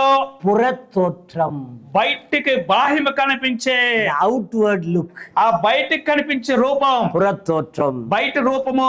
சில தோற்றத்தை பார்த்தா இவங்க அரண்மனையில வேலை பார்க்கிற மாதிரியே இருக்கும்ல. కొంతమంది పై రూపాన్ని చూసినట్లయితే రాజ భవనంలో పనిచేసే వాళ్ళలాగా ఉంటారు. பாபிலோன் தேசத்து தலைநகர்ல வேலை பார்க்கணும், ఇక్కడ బబులోను దేశం యొక్క ఆ యొక్క స్థలంలో పనిచేయాలి, அரண்மனையில வேலை பார்க்கணும், రాజ భవనంలో ఉండాలి, யாதொரு மாசு இல்லாம இருக்கணும், ఏ యొక్క లోపం లేని వారై ఉండాలి. அப்புறம் அழகா இருக்கணும், రెండవది సౌందర్యవంతులై ఉండాలి, அழகா இருக்கணும். సౌందర్యవంతులై ఉండాలి. மோசே மாமா அப்படி சொன்னாரா? మోసే మామగారు అలా చెప్పారా? யோசிச்சு பாருங்களேன். ఆలోచించి చూడండి. நான் ஆண்டவர்கிட்ட அடிக்கடி போய் சொல்லுவேன், నేను ప్రభుతో నేను అప్పుడప్పుడు చెప్తుంటాను, ஆண்டவரே ఓ ప్రభువా எனக்கு கல்வியும் இல்ல, నాకు విద్య లేదు, செல்வமும் இல்ல, నాకు ధనం కూడా లేదు, வீரமும் இல்ல, నాకు బలం వీరుని కూడా కాదు, சீக்கிரமா கீழே பொத்துன்னு விழுந்துருவேன் அந்த மாதிரி இருக்கேன். అలా అంటేనే పడిపోయేటట్టు என்னையே ஆண்டவரே உங்க வேலைக்கு தெரிஞ்சுக்கிட்டீங்க? నన్నెందుకు ప్రభువా నీ పని కోసం ఎన్నుకున్నారని అడిగాను. நானும் Indian army, Indian air force, Indian நேவிக்கு ட்ரை பண்ணுங்க. నేను కూడా ఇండియా ఆర్మీ ఎయిర్ ఫోర్స్ అన్నిటికీ ట్రై చేశాను. என் சர்டிபிகேட் புக் பாத்தீங்கன்னா பின்னாடி குத்தி இருப்பாங்க, recruiting office Tambaram, recruiting office Tambaram, recruiting office தாம்பரம்னு போட்டிருப்பான். అని வேலையே கிடைக்கல, నాకు పనే దొరకలేదు. ஹைட் இருந்துச்சுங்க, నేను ఎత్తున్నాను, ஏதோ ராத்திரி பூரா உடம்புல எக்ஸசைஸ் பண்ணி செஸ்டையும் கொண்டு வந்துட்டாங்க. అది రాత్రుల్లో ఎక్సర్సైజ్ అయ్యి చేసి చెస్ట్ కూడా పెద్దగా చేశాను, வெயிட் மட்டும் வரலங்க, కానీ బరువు రాలేదు, வரவே வரல. రాలేదు. அன்னையில இருந்து இன்னைக்கு வரைக்கும் வெயிட்டே வரல. ఆ రోజు నుండి ఈ రోజు వరకు నాకు బరువే ఇలాగనే ఉన్నాను. ஆனா ஆண்டவர் அவருடைய ஹார்ட் எனக்கு கொடுத்தாரு. కానీ దేవుడు తన హృదయాన్ని నాకు ఇచ్చాడు. அந்த இருதயம் நமக்கு தேவைப்படும். ఆ హృదయం మనం ఒక్కొక్కరికి అవసరము. சபையில அழகானவர்கள் அல்ல, సంఘములో సౌందర్యవంతులు కాదు, பாபிலோன்ல அழகானவர்கள். బబులోనులో సౌందర్యం కలిగిన వారు ఉన్నారు. எபிரேய ஜனங்களை அழைத்து வரும்போது அழகானவர்கள் தேவையில்லை. ఎబ్రీ ప్రజలను తీసుకొని వస్తున్నప్పుడు సౌందర్యవంతులు అవసరం లేదు. அடுத்தது சகல ஞானத்திலும் தேறினவர்கள். తర్వాత సకల విద్యా ప్రవీణులు. சில பேர் எல்லாம் படிச்சிருப்பான், కొంతమంది అంత బాగా చదివి ఉంటారు, master of all subject, master of all subject, எல்லாம் படிச்சிருப்பான். అన్ని చదివి ఉంటారు. அப்படி வேணும் அவங்களுக்கு. అలాంటి వారు వారికి కావాలి. எதை கேட்டாலும் சொல்லணும், ఏది అడిగినా చెప్పాలి. அக்ரிகல்ச்சர் கேட்டா சொல்லணும், అగ్రికల్చర్ అడిగితే చెప్పాలి, செரிகல்ச்சர் கேட்டா சொல்லணும், సెరికల్చర్ అడిగితే చెప్పాలి, வெட்டினரி கேட்டா சொல்லணும், వెటర్నరీ గురించి చెప్పాలి, மைன்ஸ் சுரங்கத்தை பத்தி கேட்டா சொல்லணும், మైన్స్ ఆ యొక్క వాటి అడిగి చెప్పాలి, இந்த பேர்ல்ஸ் அல்லது முத்துக்களை பற்றி கேட்டா சொல்லணும், ఆ యొక్క ముత్యాల గురించి అడిగితే கடல் చెప్పాలి, ஆராய்ச்சி பற்றி கேட்டா சொல்லணும், సముద్రపు యొక్క చెప్పాలి, சுகர் கேன் பத்தி கேட்டா சொல்லணும், షుగర్ కేన్ గురించి అడిగితే చెప్పాలి, எல்லாத்தையும் சொல்லணும். అన్ని చెప్పాలి. சகல ஞானமும் இருக்கணும். సకల విద్యలందు ప్రవీణులై ఉండాలి. யாருக்கு அது? ఎవరికది? பேச மாட்டீங்களா? మాట్లాడరా? பாபிலோனுக்கு வேணும். బబులోన్ లో కావాలి. அடுத்து என்ன படிக்கிறோம்? తర్వాత ఏం చదువుతున్నాము? அறிவில் சிறந்தவர்கள். జ్ఞానం కలిగిన వారు. டக்கு டக்குன்னு சொல்லணும். టక్ టక్ చెప్పాలి. அறிவிலே சிறந்தவர்கள், జ్ఞానంలో శ్రేష్ఠులై ఉండాలి. சகல ஞானத்திலே தேறினவர்கள், ఆ యొక్క సమస్త జ్ఞానమందు ప్రవీణులు. அடுத்து கல்வியில் நிபுணர்கள், కాబట్టి తత్వ జ్ఞానం కలిగిన వారు కూడా. கடைசியா திறமை உள்ளவர்கள். అదిగో கடைசியா திறமை உள்ளவர்கள். మనకు తత్వ జ్ఞానం గురించి రాయబడి ఉంటున్నది. இதுதான் பாபிலோனுக்கு திறமை. ఇదే బబులోను కావలసిన సామర్థ్యత. இப்ப ரெண்டுக்கு வித்தியாசம் தெரிஞ்சிருச்சா உங்களுக்கு? ఇప్పుడు రెండిటికి తేడా కనిపించిందా మనకు? வித்தியாசம் தெரிஞ்சிருச்சா? తెలిసిందా? இப்ப సభకి வருவோம். ఇప్పుడు మళ్ళీ సంఘానికి వస్తాం. సభ என்னங்க? సంఘం అంటే ఏమిటండి? It's not a building. అదేదో కట్టడం, బిల్డింగ్ కాదు. It's not a huge building with long bell. அது పెద్ద కట్టడము, పెద్ద బెల్లే కాదు. சைனாக்காரன்லாம் பழைய காலத்துல அதான் சொல்லுவான், பெரிய கட்டடம், பெரிய பெல் ஒண்ணு இருக்கு, டாய் டாய்னு அடிச்சா சர்ச்சிம்பா. అదిగో ఆ చైనా వాళ్ళు అంటారు పెద్ద బిల్డింగ్, అది పెద్ద బెల్ డంగ్ డంగ్ కొడుతుంటే అదే సంఘం வேதம் என்ன சொல்லுகிறது? గ్రంథం ఏం చెప్తుంది? கர்த்தராகிய இயேசு கிறிஸ்துவின் இரத்தத்தினால் சம்பாதிக்கப்பட்ட சபை. ప్రభువైన యేసు క్రీస్తు రక్తము చేత సంపాదించబడిన వారు. அப்போஸ்தலர் 20:28 படிக்கிறோம். అపోస్తల కార్యం 20:28లో చదువుతున్నాము. சபை எப்படி உண்டானது? సంఘము ఎలాగో నిర్మించబడ్డది? தேவ ஆட்டுக்குட்டி கர்த்தராகிய இயேசு கிறிஸ்துவின் இரத்தத்தினால் சம்பாதிக்கப்பட்ட சபை. ఆ యొక్క దేవుడి గొర్రెపిల్లైన ప్రభువైన యేసు క్రీస్తు రక్తంతో సంపాదించబడిన సంఘం. இதுல ஒரு பொறுப்புக்கு வருகிறார் என்றால், ఇందులో ఒకరు బాధ్యతలోకి వస్తున్నారంటే கவனிக்கணும், గమనించండి. ஊழியராக, సేవకుడిగా, மூப்பராக, పెద్దగా, உதவிக்காரராக, పరిచారకులుగా, கண்காணிகளாக పరిచారకులుగా வருகிறார் என்றால், వచ్చువారు அதை சபையை ஏற்படுத்தினவர் யார் என்பது அவருக்கு கண்டிப்பாய் தெரிய வேண்டும். సంఘమును ఏర్పరచినది ఎవరైన సంగతిని ఖచ్చితంగా వారికి తెలుసుండాలి. இது பழைய ஏற்பாட்டு கால ஆசாரியத்துவத்தை போன்றது அல்ல. పాత నిబంధన కాలపు యొక్క యాజకుడు లాంటిది కాదు. பழைய ஏற்பாட்டு காலத்திலே லேவி கோத்திரத்திலிருந்து ஆசாரியத்துவத்துக்கு வருவார்கள். పాత నిబంధన కాలంలో లేవి గోత్రము నుండి యాజకులు వస్తారు. ஆரோனின் வம்சத்திலே வருவார்கள். ఆరోను యొక్క వంశముల నుండి వస్తారు. குறிப்பிட்ட காலம் வரைக்கும் அந்த ஊழியம் இருந்தது. అదిగో ఒక్కొక్క ప్రస్తుత ఒక కాలం వరకు ఆ సేవ ఉన్నది. சபையிலே செய்யக்கூடிய ஊழியம் நித்திய ஆசாரியத்துவத்தை உடையது. కానీ సంఘములో చేసే సేవ నిత్య యాజకత్వం కలిగినది. இது ஒரு பதவி அல்ல. ఇది ఒక పదవి కాదు. ప్లీజ్ நம்ம மைண்ட்ல வைக்க வேண்டிய வார்த்தை. దయచేసి వినండి, మన మనసులో ఉంచుకోవాల్సిన మాట, This is not a position. ఇది ఒక పదవి కాదు, This is our ఇది responsibility. ఇది ఒక బాధ్యత అయి ఉంటున్నది. தேவன் நம்மை நம்பி கொடுத்த பொறுப்பு. దేవుడు మనల్ని నమ్మి మనకు అప్పగించిన బాధ్యత. அந்த எண்ணம் எப்பொழுதுமே இருக்கணும். ఆ ఒక్క మనస్సు ఎప్పుడు మనం కలిగి ఉండాలి. நீங்க பொசிஷனுக்கு வந்தீங்கன்னா பொசஷன் தேட ஆரம்பிச்சிருவீங்க. మీరు పొజిషన్ కి వచ్చారంటే పొజిషన్ ఎత్తుకోవడం ప్రారంభిస్తారు. பொசிஷன்னா பதவி, பொசஷன்னா ஆஸ்தி. சொல்லுங்க பிரதர். மறுபடியும் சொல்லுங்க. ஆமா சொல்லி ஆகணும். நீங்க சொன்னாதான் வீட்டுக்கு போகும்போது அதை நினைச்சிட்டே போவீங்க. நானும் நினைச்சிட்டே போவேன்ல. சொல்லுங்க பிரதர். பொசிஷனுக்கு வந்துட்டா பொசிஷன் தேட வேண்டி இருக்கும். பதவின்னு நினைச்சீங்களா, இதுல என்ன எனக்கு லாபம், ஆஸ்தி என்னன்னு தேட வேண்டி இருக்கும். కాబట్టి పదవికి వచ్చినట్లయితే దీంట్లో మనకు వచ్చే ఆస్తి ఏంటి, లాభం ఏంటి, ఇవన్నీ వెతకవలసి వస్తుంటది. எனவே இது ஒரு பதவி என்பதை நீங்கள் நினைத்துக் கொள்ள வேண்டாம். కాబట్టి ఇది ఒక పదవి అని మీరు అనుకోవద్దు, இது ஒரு பொறுப்பு. ఇది ఒక బాధ్యత. அடுத்து இது வெறும் கையெழுத்துக்காக ஏற்படுத்தப்பட்ட பொறுப்பு அல்ல. రెండవదిగా ఇదేదో సంతకం చేయటకు చేవరాత కొరకు నియమించినది కాదు. சபையில வரவு செலவு கணக்கு பார்ப்பதற்காக ஏற்படுத்தப்பட்ட பொறுப்பு அல்ல. లేక సంఘములో రాబడి ఎంత ఖర్చు ఎంత చూసేదానికి ఏర్పాటు చేయబడినది కాదు. நிர்வாக அமைப்புக்காக ஏற்பட்ட பொறுப்பு அல்ல. లేక గృహ నిర్వాహకత్వం కొరకు ఏర్పాటు చేసినది కాదు. கர்த்தராகிய இயேசு கிறிஸ்துவின் ஆவிக்குரிய சரீரமாகிய சபையிலே தேவன் நமக்கு கொடுத்த பொறுப்பு. ప్రభు అయిన యేసు క్రీస్తు వారు సంఘములో మనకు దేవుడు అప్పగించిన ఒక బాధ్యత. சபையில இன்னைக்கு மூப்பர்கள் எப்படி நடந்து கொள்ள வேண்டும்? అలాగైతే సంఘములో నేటి దినాన పెద్దలు ఎలాగ నడుచుకోవాలి? நிறைய சபைகளிலே வித்தியாசம் இருக்கிறது. అనేక సంఘాల్లో అనేక తేడాలు ఉంటున్నవి. லெட்டர் பேட் இருக்கும், లెటర్ ప్యాడ్ ఉంటుంది, சைடுல ப்ரோக்ராம் இருக்கும், ఆ సైడ్ లో ప్రోగ్రామ్ రాయబడి ఉంటుంది, தேவையானதை டைப் பண்ணிக்கலாம், అవసరమైనది టైప్ చేయొచ్చు, மினிமம் 2 பேர் கையெழுத்து போடணும்னு வேற சொல்றாங்க. కనీసం ఇద్దరైనా సంతకం చేయాలని చెప్తుంటున్నారు. கையெழுத்துக்கு ஆள் வேணும். దానికి ఒక మనిషి కావాలి. நம்ம பிரதரை போட்டுடலாமா? ఈ బ్రదర్ నేర్చుకుందామా? அந்த பிரதர் நல்ல பிரதரா ఆ இருக்காரு, బ్రదర్ బాగున్నట్టుకున్నాడు చూసేదానికి, அவரை போட்டுடலாமா? ఆయన వేద్దామా? அந்த மனுஷன் பாத்தீங்கன்னா பணக்காரரா இருக்காரு, ఆ మనిషి కోట్ వేసుకొని ధనవంతులాగా ఉన్నాడు, அவர் ஆடி கார்ல வர்றாரு, ఆయన ఆడి కారు அவரை వస్తున్నాడు. போட்டுருவோம். ఆయన వేద్దామా? அப்ப இவரை போட்டுருவோம், அவரையும் போட்டுருவோம். ఈయన ఆయన ఇద్దరు వేసేద్దాం. அருமையானவர்களே, ప్రియులారా, அப்படி ஒரு நாளும் திருச்சபையிலே நாம் ஏற்படுத்த கூடாது. అలాగూ దేవుని సంఘములో మనం ఎన్నడూ ఎప్పుడు కూడా అలాగ ఏర్పాటు చేయకూడదు. பரிசுத்த ஆவியானவர் கண்காணிகளாக வைத்த மந்தை முழுவதையும் மேய்க்க என்று அப்போஸ்தலர் 20:28 படிக்கிறோம். కాబట్టి దేవుడు తన స్వరక్తం సంపాదించిన సంఘమును కాయుటకు మేపుటకు అని చెప్పి అపోస్తల కార్యం 20:28లో చూస్తుంటున్నాము. பைபிளை 2ஆ பிரிச்சாங்க. బైబిల్ రెండుగా విభజిస్తే புதிய ஏற்பாடு, பழைய ஏற்பாடு. పాత నిబంధన, క్రొత్త నిబంధన. நான் 2ஆ பிரிச்சிருக்கேன். నేను రెండుగా విభజించాను. மனித ஏற்பாடு, தேவ ஏற்பாடு. మనుషుల యొక్క ఏర్పాటు, దేవుని యొక్క ఏర్పాటు. மனுஷன் ஏற்படுத்துற மூப்பர்கள், మనుషులు மனுஷன் ஏற்படுத்துகிற ஊழியர்கள், మనుషులు ఏర్పరిచే పెద్దలు, సేవకులు, இதெல்லாம் கொஞ்ச நாளைக்கு கூட இருக்காது. ఈ కొన్ని రోజులు కూడా ఉండవండి. ரொம்ப சிம்பிள் எக்ஸாம்பிள். చాలా ఉదాహరణ, సింపుల్ ఉదాహరణ. யூதாஸ்கரியத்து செத்து போயிட்டான். యూదా ఇస్కరియోతు చనిపోయాడు. மிச்சம் 11 பேர் உட்கார்ந்து இருக்காங்க. ఆ తర్వాత 11 మంది కూర్చొని ஒரு ఉన్నారు. சின்ன டிஸ்கஷன் நடக்குது. అక్కడ చిన్న ఒక డిస్కషన్ జరుగుతుంది. என்ன யோசிக்கிறாங்க? వారు ఏం ఆలోచిస్తున్నారు? இந்த இடம் காலியா இருக்கு, ఈ స్థలము ఖాళీగా ఉంది, அதுக்கு யாராவது ஒரு ஆளை செலக்ட் பண்ணு. దాని కొరకు ఎవరినైనా ఒక ஒரே சீட்டு போடுறாங்க. సీట్లు వేస్తున్నారు. அதுக்குதான் மனித ஏற்பாடுன்னு பேரு. ఇదే మానవుడి యొక్క ఏర్పాటు అని అర్థం. தெய்வ ஏற்பாடு வேற. కానీ దేవుని ఏర్పాటు వేరు. சீட்டு போடுறாங்க, సీటు వేస్తున్నారు. மத்தியா பேருக்கு விழுந்தது, మత్తయి పేరుకు వస్తుంది. அன்னைக்கு விழுந்ததுதான், அதுக்கப்புறம் இன்னைக்கு வரைக்கும் மத்தியாவே காணும். ఆ రోజు పడ్డదే, ఈ రోజు వరకు ఆ మత్తయి కనపడటం లేదు. எங்க போனாரு மத்தியா? మత్తయి ఎక్కడికి వెళ్ళాడు? எங்க போனாரு? ఎక్కడికి వెళ్ళాడండి? பேச மாட்டீங்களா? మాట్లాడరా మీరు? மத்தியா இல்லையா?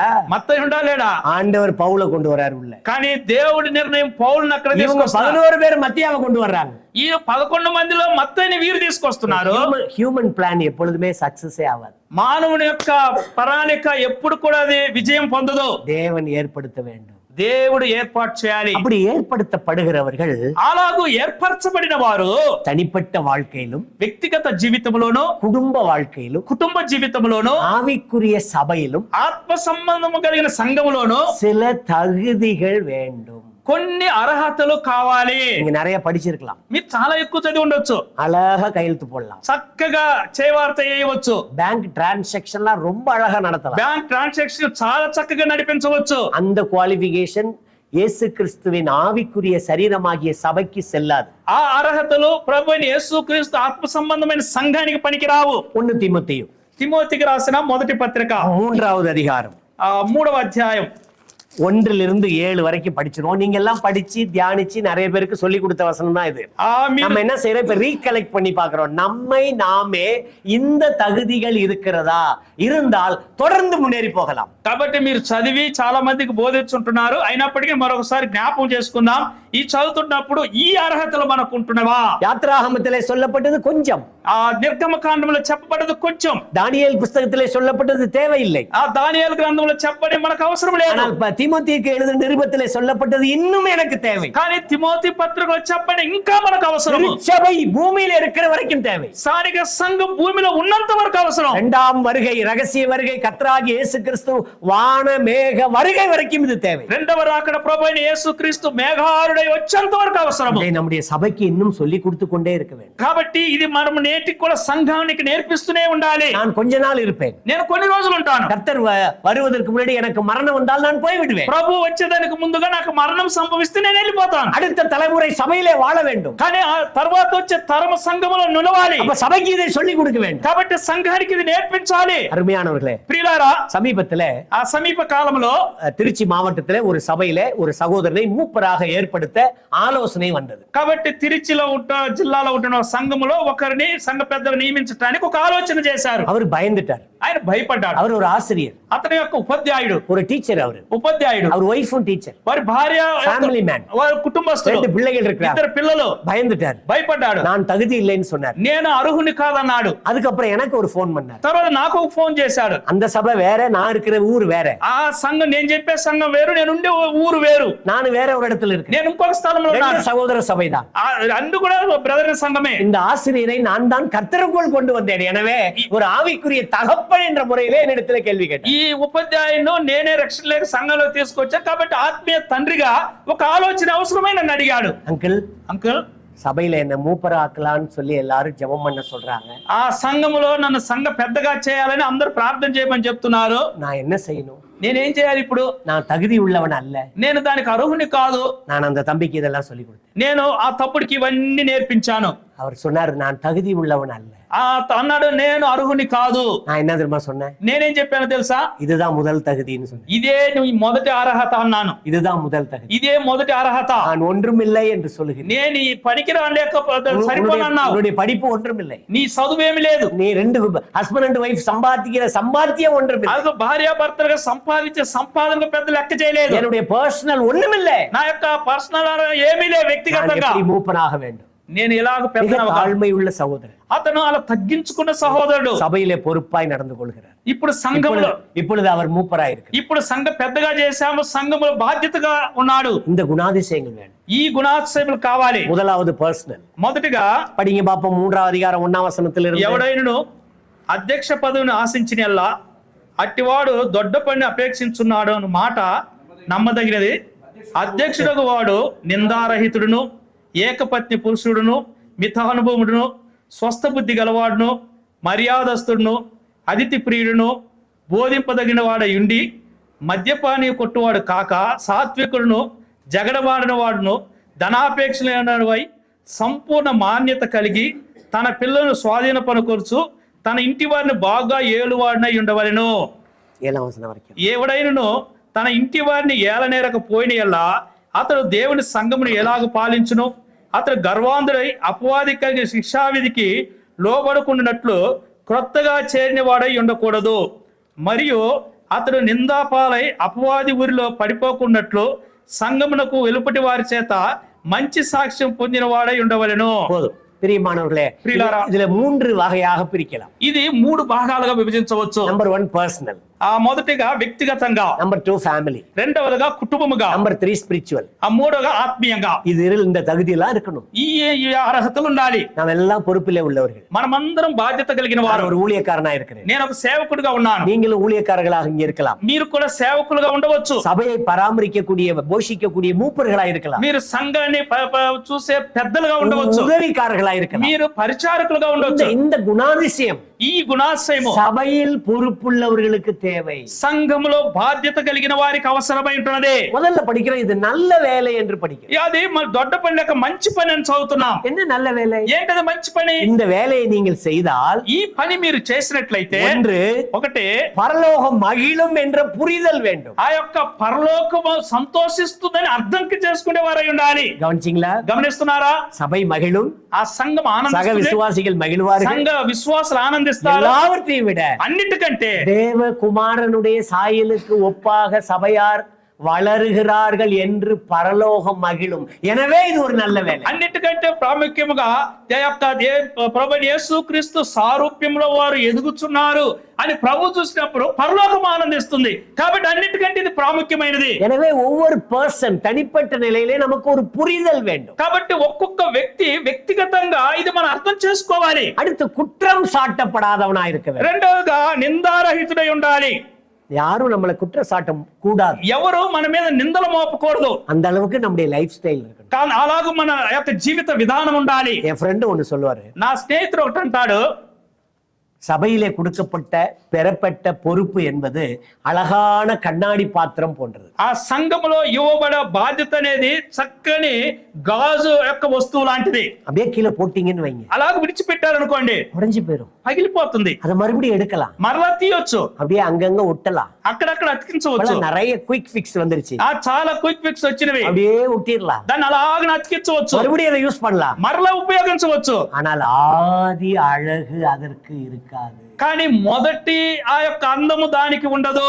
குற்றம் சாட்டப்படாமல் நாம் இருக்க வேண்டும். ఆ యొక్క నింద మోపడ వారుగా మనం ఉండాలి. நாம் குற்றம் சாட்டப்படுவோமானால் நம்முடைய போதனையை அவர்கள் ஏற்றுக்கொள்ள மாட்டார்கள். మన మీద నేరోపణలు ఉంటే మన ఉపదేశాలకు బోధన వారు అంగీకరించరు. அடுத்து ஜாக்கிரதை உள்ளவனாய் இருக்க வேண்டும். రెండవది జాగ్రత్త కలిగిన వాడై ఉండాలి. எப்பொழுதும் ஜாக்கிரதை உள்ளவனாய் இருக்க வேண்டும். ఎప్పుడు జాగ్రత్త కలిగిన వాడై ఉండాలి. ஜாக்கிரதை என்கிற வார்த்தை எங்கெல்லாம் பயன்படுத்தப்படும் தெரியுமா? ఈ జాగ్రత్త అనే మాట ఎక్కడెక్కడ ఉపయోగపడుతుందో ఉపయోగిస్తారో తెలుసా? எங்கெல்லாம் ஆபத்து இருக்கிறதோ அங்கெல்லாம் ஜாக்கிரதையும் இருக்க வேண்டும். ఎక్కడెక్కడైతే అపాయం ఉంటున్నదో అక్కడ జాగ్రత్త అనే మాట ఉంటుంది. அடுத்து படிக்கிறது தெளிந்த புத்தி உள்ளவன் என்று படிக்கிறோம். ఆ తర్వాత మనం చూసినట్లయితే తేటైన లేక స్వస్థ బుద్ధి కలిగిన వారై. என்னுடைய அடுத்த செய்தியில నా తర్వాత వర్తమానంలో கர்த்தர் அனுமதித்தால் தெளிந்த புத்தியை மட்டும் படிக்க வேண்டியது. ఆ దేవుడు అనుమతిస్తే స్వస్థ బుద్ధి మాత్రమే చదువు నేర్పించాలనుకుంటున్నాను. நமக்கு ஒரு கிளியர் மைண்ட் இருக்கணும். మనకు ఒక తేటైన బుద్ధి ఉండాలి. ஒரே குழப்பம் இருக்க கூடாது. ఆ ఏదో గలిబిలి ఉండకూడదు. தெளிந்த புத்தி உடையவனாய் இருக்க வேண்டும். స్వస్థ బుద్ధి కలిగిన వారమై ఉండాలి. குடும்பத்திலும் சரி, தனிப்பட்ட வாழ்க்கையிலும், சபையிலும்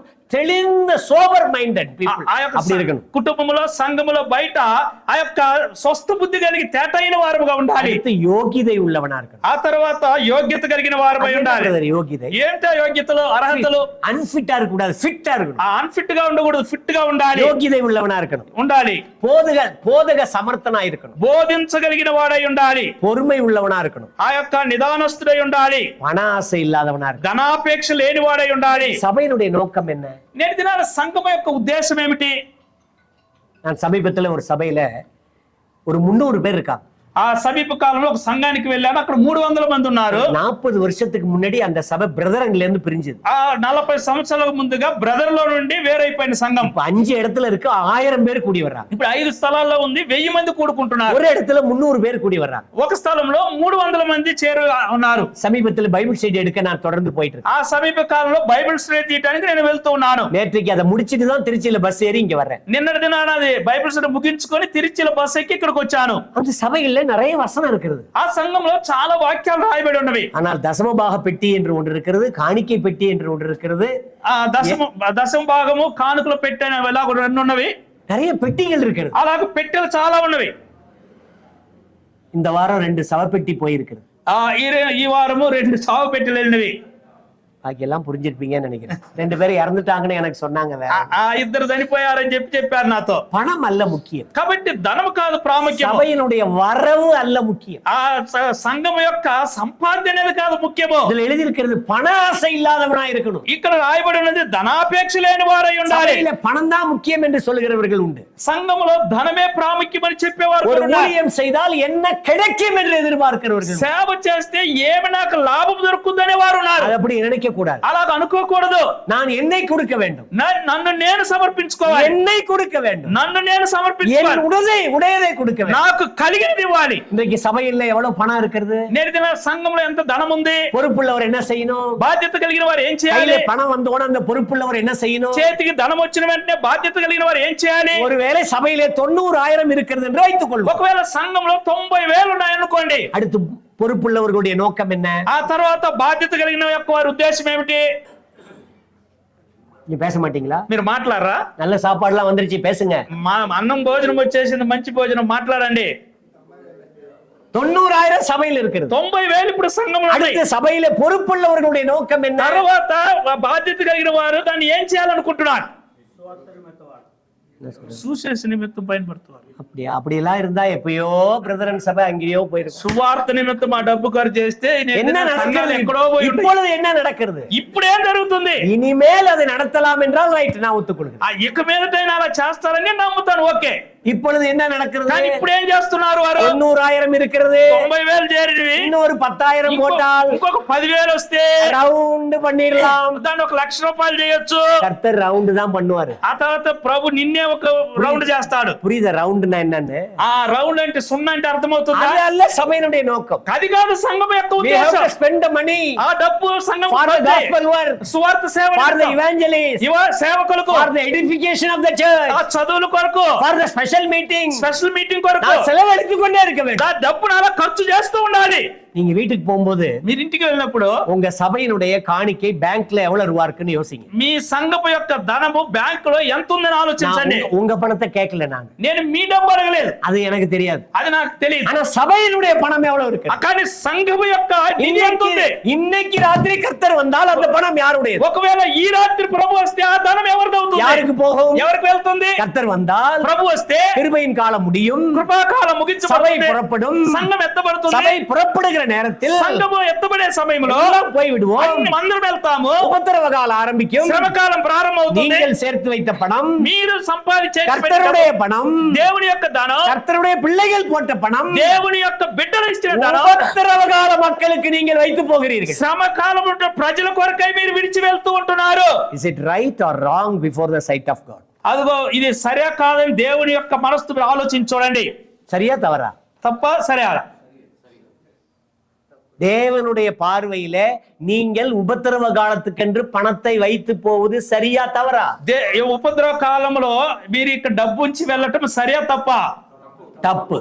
நாம் என்ன செய்கிறோம்? இப்ப தப்ப செஞ்சுக்கிட்டே இருக்கோம். కాబట్టి మనం ఏం చేస్తున్నాం? ఇప్పుడు ఆ తప్పు పనే చేస్తున్నాం. இன்னைக்கு திரும்பி வீட்டுக்கு போங்க. ఇప్పుడు తిరిగి మీరు ఇంటికి వెళ్ళండి. உங்க சக மூப்பர்களை கூப்பிடுங்க. మీ తోటి సంఘ పెద్దలను పిలవండి. காசு வைக்காதீங்க, 5 పైసలు ఉంచొద్దు, வைக்காதீங்க, పెట్టొద్దు, செலவழிங்க, ఖర్చు చేయండి, சுவிசேஷ வேலை செய், సువార్త పని చేయి, பிரதி அடிச்சு கொடு, ఆ యొక్క కరపత్రాలు కొట్టి ஊழியக்காரனுக்கு கொடு, సేవకులకు ஊழியத்தை செய். సేవ చేయి. நான் அப்படிதான் 30 வருஷமா செய்து, నేను 30 సంవత్సరాలు అదే చేస్తున్నాను. 30 வருஷமா 30 సంవత్సరాలుగా பெரம்பலூர் சபையில పెరంబలూరు సంఘములో 5 காசு எடுத்து பேங்க்ல போடுறதே கிடையாது. 5 రూపాయలు బ్యాంకులో మేము వేసేదే లేదు. நாங்கள் சொந்தமாக துண்டு பிரதி அடிக்கிறோம். మేము మా సొంత ఆ యొక్క ధనంతో కరపత్రాలు కొడతాము. நான் தான் அதனுடைய எழுத்தாளர். నేనే ఆ పత్రిక రాస్తాను. எங்கள் பகுதியை பற்றி எனக்கு தெரியும். మా యొక్క ప్రాంతాల గురించి మాకు తెలుసు. 5000 நோட்டீஸ் 10,000 நோட்டீஸ் అச்சடிச்சு కబోర్డ్ல வச்சிருவேன். అదిగో 5,000 10,000 కరపత్రికలు రాసి అలా కబోర్డ్లో పెడతాను. విశ్వాసిகள் ఆరాధన முடிஞ்சு கொஞ்சம் எடுத்துட்டு போய் அவங்க கொடுப்பாங்க. ఆ విశ్వాసులు ఆరాధన అయిపోయిన కొద్ది కొద్ది తీసుకెళ్లి వాళ్ళు ఇస్తారు. அருமையானவர்களே,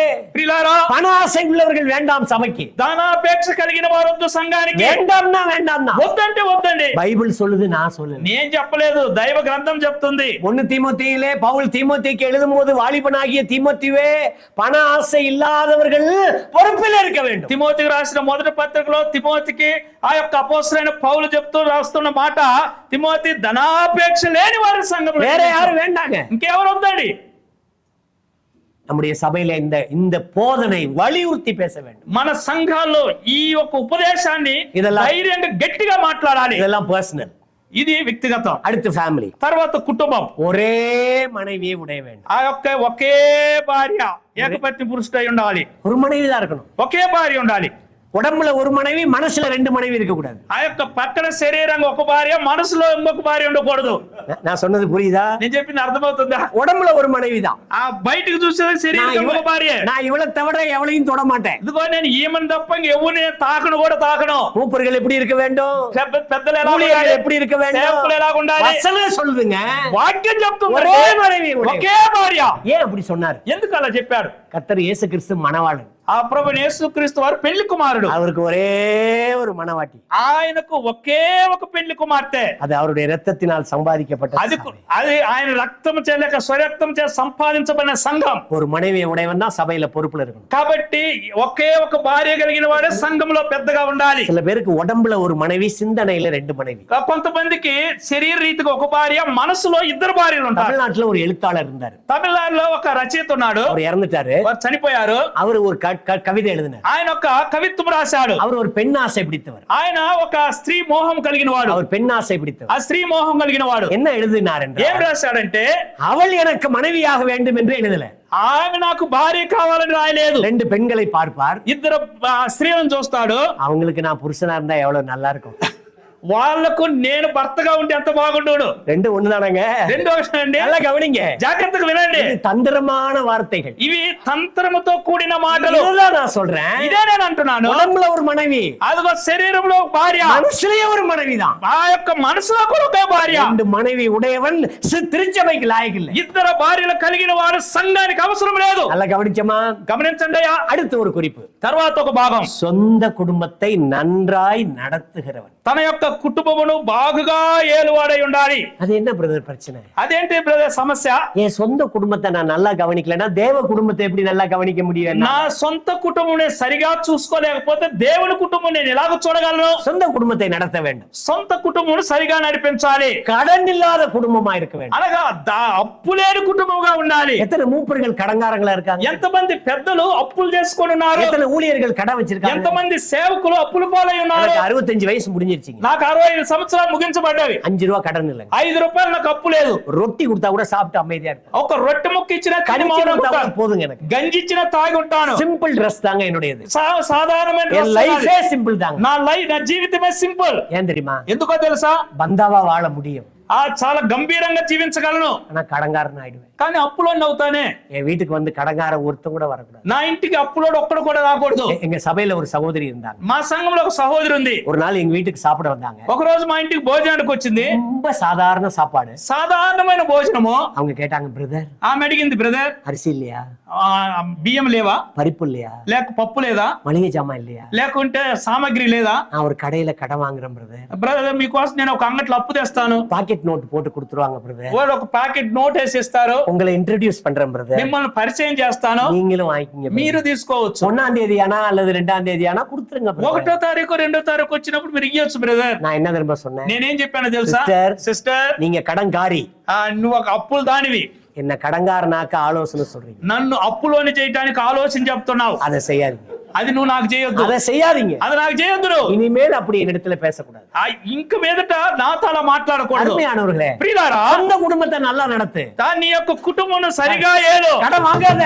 అప్పు తీసుకోవద్దు. வாங்காத. తీసుకోవద్దు. தைரியமா பேசணும். ధైర్యంగా அப்பதான் మాట్లాడాలి. உங்க சபை விசுவாசிக்கு நீங்க சொல்லி தர முடியும். అప్పుడే మీ సంఘ విశ్వాసులకు మీరు నేర్పించగలరు. இன்னைக்கு பணம் கட்ட முடியாம இஎம்ஐ சிஸ்டத்துல மாட்டிக்கிட்டு எத்தனை மூப்பர்கள், எத்தனை ஊழியர்கள், எத்தனை உதவிக்காரர்கள் கஷ்டப்படுறாங்க தெரியுமா? ఈ రోజు డబ్బులు కట్టలేక ఈఎంఐ సిస్టమ్ ఎంతమంది పెద్దలు, సేవకులు, పరిచారకులు బాధపడుతున్నారో తెలుసా? நீங்க கடங்கார விசுவாசிகளா இருக்கீங்கன்னு வைங்க. మీరు అప్పుల విశ్వాసులైనారు நீங்க అనుకోండి. கடங்கார ஊழியரா இருக்கீங்கன்னு మీరు வைங்க. అప్పుల సేవకుడు అయిన అనుకోండి. கர்த்தர் இன்னைக்கு ராத்திரி வர்றாரு. ప్రభు ఈ రాత్రి వచ్చాడు. உங்க பேரை சொல்லி నీ கூப்பிடுவாரு. పేరు పెట్టి పిలుస్తున్నాడు. ஆடே மேல வா. ఆ కుమారుడు పైకి రా. உங்க கடன் கொடுத்தவன் சொல்லுவான், போவாத இங்க நில்லு. ఆ అప్పు ఇచ్చిన వాడు అంటారే అప్పు తీర్చిపో అంటాడు. காசை கொடுத்துட்டு போயா. నువ్వు డబ్బులు పెట్టి పోయా. விசுவாசி ఓ విశ్వాసి தன்னுடைய மரியாதையை காத்துக்கொள்ள வேண்டும். తన యొక్క మర్యాదను We have to maintain our status and image. అదిగో నీ యొక్క మర్యాదను నువ్వు జాగ్రత్తగా కాపాడుకోవాలి. என் சாயல் என்னங்க? నా యొక్క స్వరూపం ఏమిటండి? உங்க சாயல் என்னங்க? నీ స్వరూపం ఏమిటండి? தேவகுமாரன் கர்த்தராகி இயேசு கிறிஸ்துவின் சாயல். దేవుని కుమారుడైన ప్రభువైన యేసు క్రీస్తు యొక్క సారూప్యము. அடுத்தது, తర్వాత பிள்ளைகளை நல்லொழுக்கம் உடையவனாய் வளர்க்க வேண்டும். ఆ పిల్లలను సరిగా పెంచగలిగిన వాడై ఉండాలి. இதுல நிறைய சிக்கல் பெற்றோர்களுக்கு இருக்கு. ఇందులో తల్లిదండ్రులకు చాలా చిక్కులు ఉంటున్నవి. ஆவிக்குரிய பெற்றோர்களுக்கு இருக்கு. ఆత్మ సంబంధమైన తల్లిదండ్రులకు కూడా நம்முடைய கோல் இருக்கு பாருங்க, லக்கு, அதை பிள்ளைங்க புரிஞ்சிக்க மாட்டாங்க. మన యొక్క గురి ఉంది కదా, దాన్ని పిల్లలు అర్థం చేసుకోలేరు. நம்ம மனசு வேதனைப்படும். మన మనసు వేదన పడుతుంది. அவங்கள அதிகாரம் பண்ணி அவங்கள அடக்கி வச்சிட முடியாது. వారి మీద అధికారం చేసి వారిని మనం లోపరిచి ఉంచుకోలేము. என்னை விட என் பிள்ளைக்கு பல மடங்கு அறிவு அதிகம்.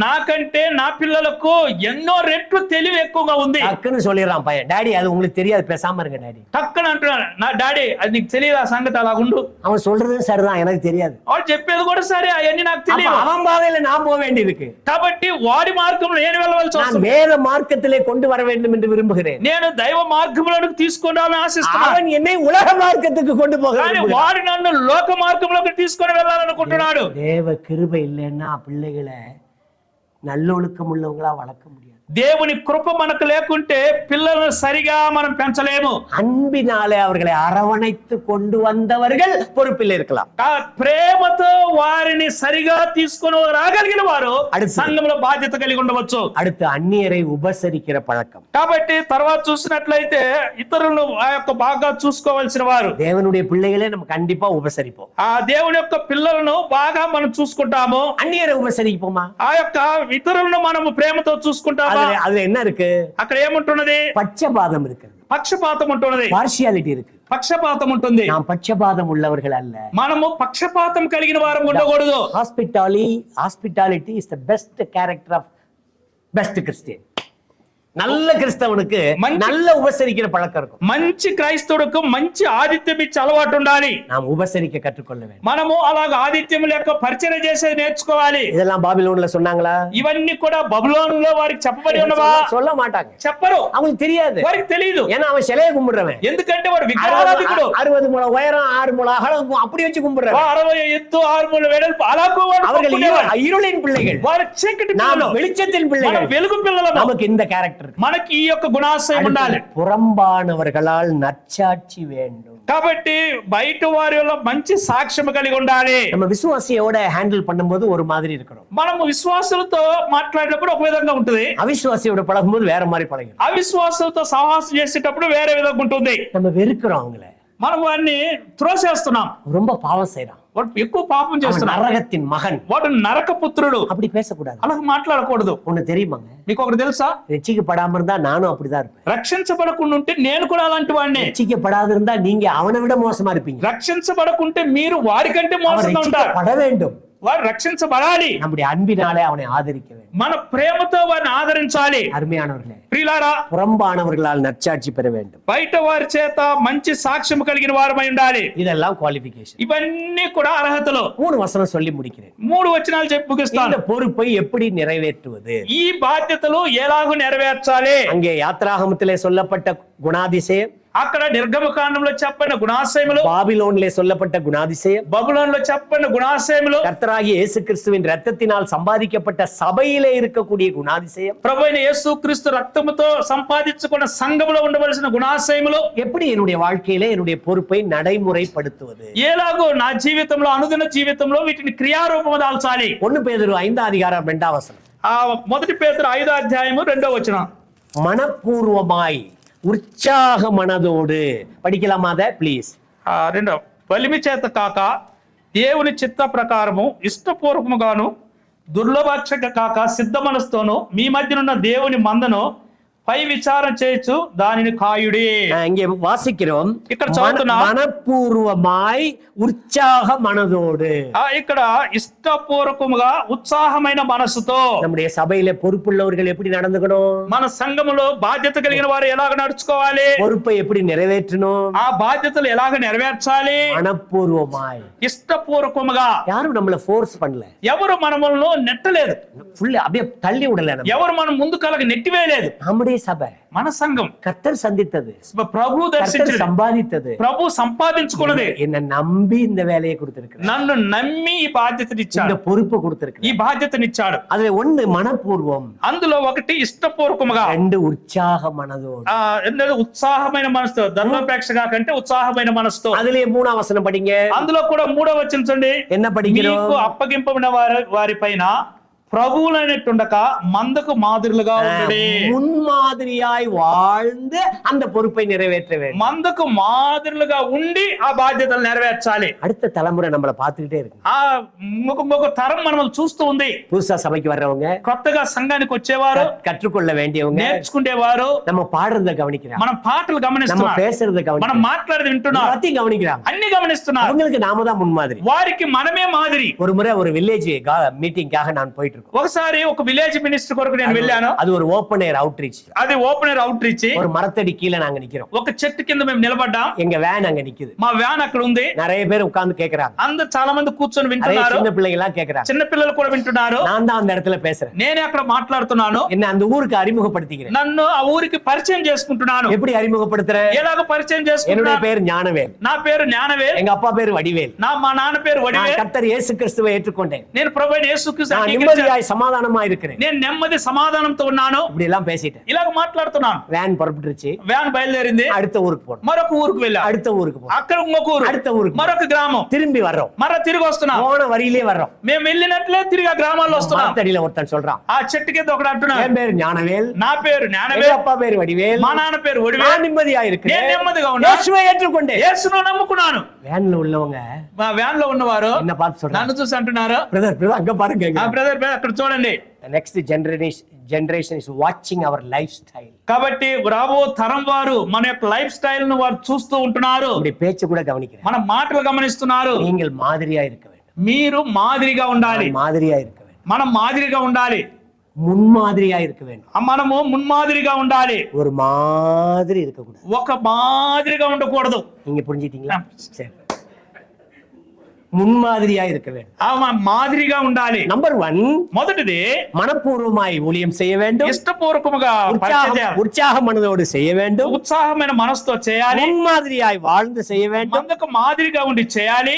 அடுத்த குறிப்பு, తర్వాత భాగం, தேவ குமாரனுடைய சாயலுக்கு ஒப்பாக திருச்சபையை மறுரூபப்படுத்துகிற பொறுப்பை செய்ய வேண்டும். కాబట్టి దేవుని కుమారుడైన యేసుక్రీస్తు యొక్క సారూప్యానికి తగినట్లుగా సిద్ధపరిచే వారముగా మనం ఉండాలి. எபிரேயர்கள் நிருபம் హెబ్రీయులకు రాసిన పత్రిక 13 அதிகாரம் హెబ్రీయులకు రాసిన పత్రిక 13వ అధ్యాయం 17 வசனம்.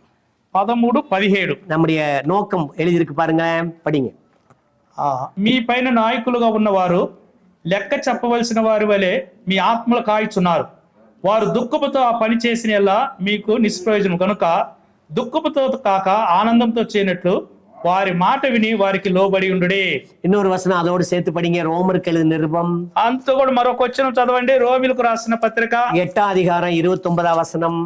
8వ అధ్యాయము 29వ వచనము படிக்கலாமா? அது படிச்சு முடிக்கலாம். ఎందుకనగా 8:29.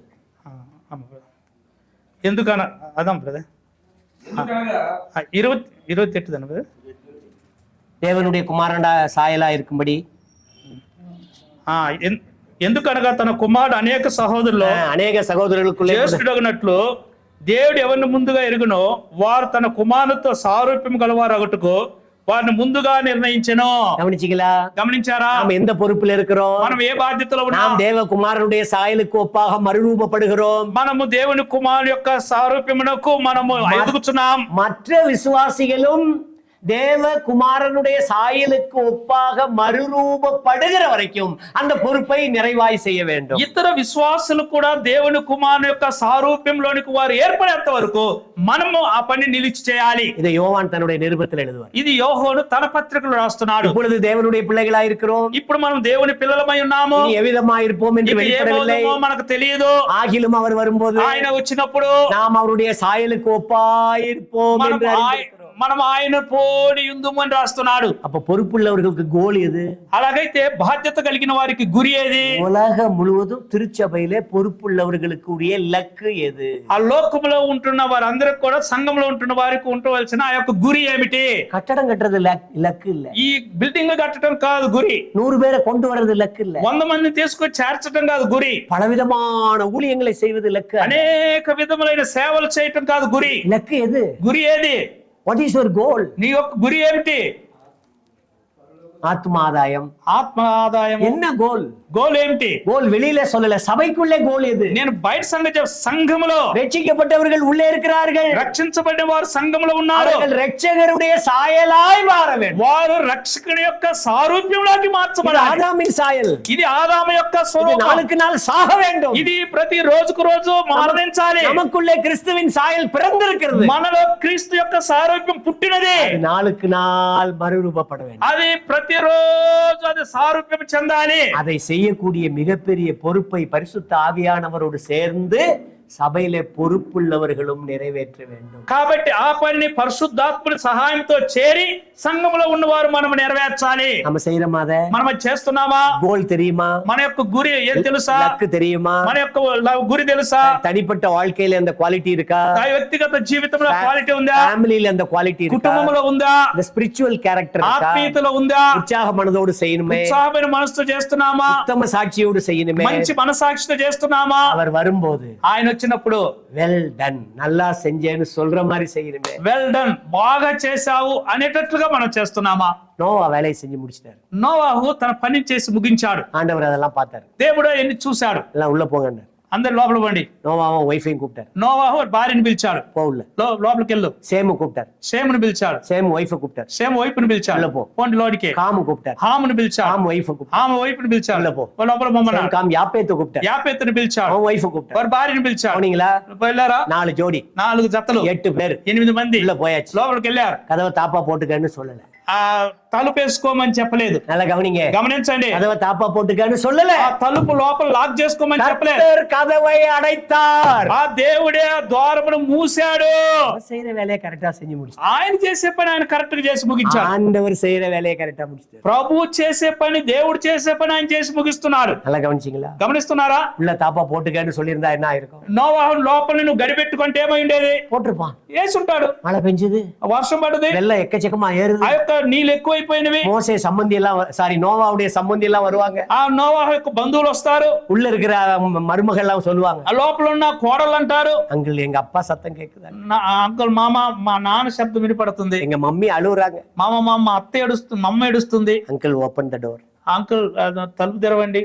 தேவனுடைய வேலையை சரியாய் செய்தால் தேவனுடைய இரக்கங்களுக்கு அங்கே இடமில்லை.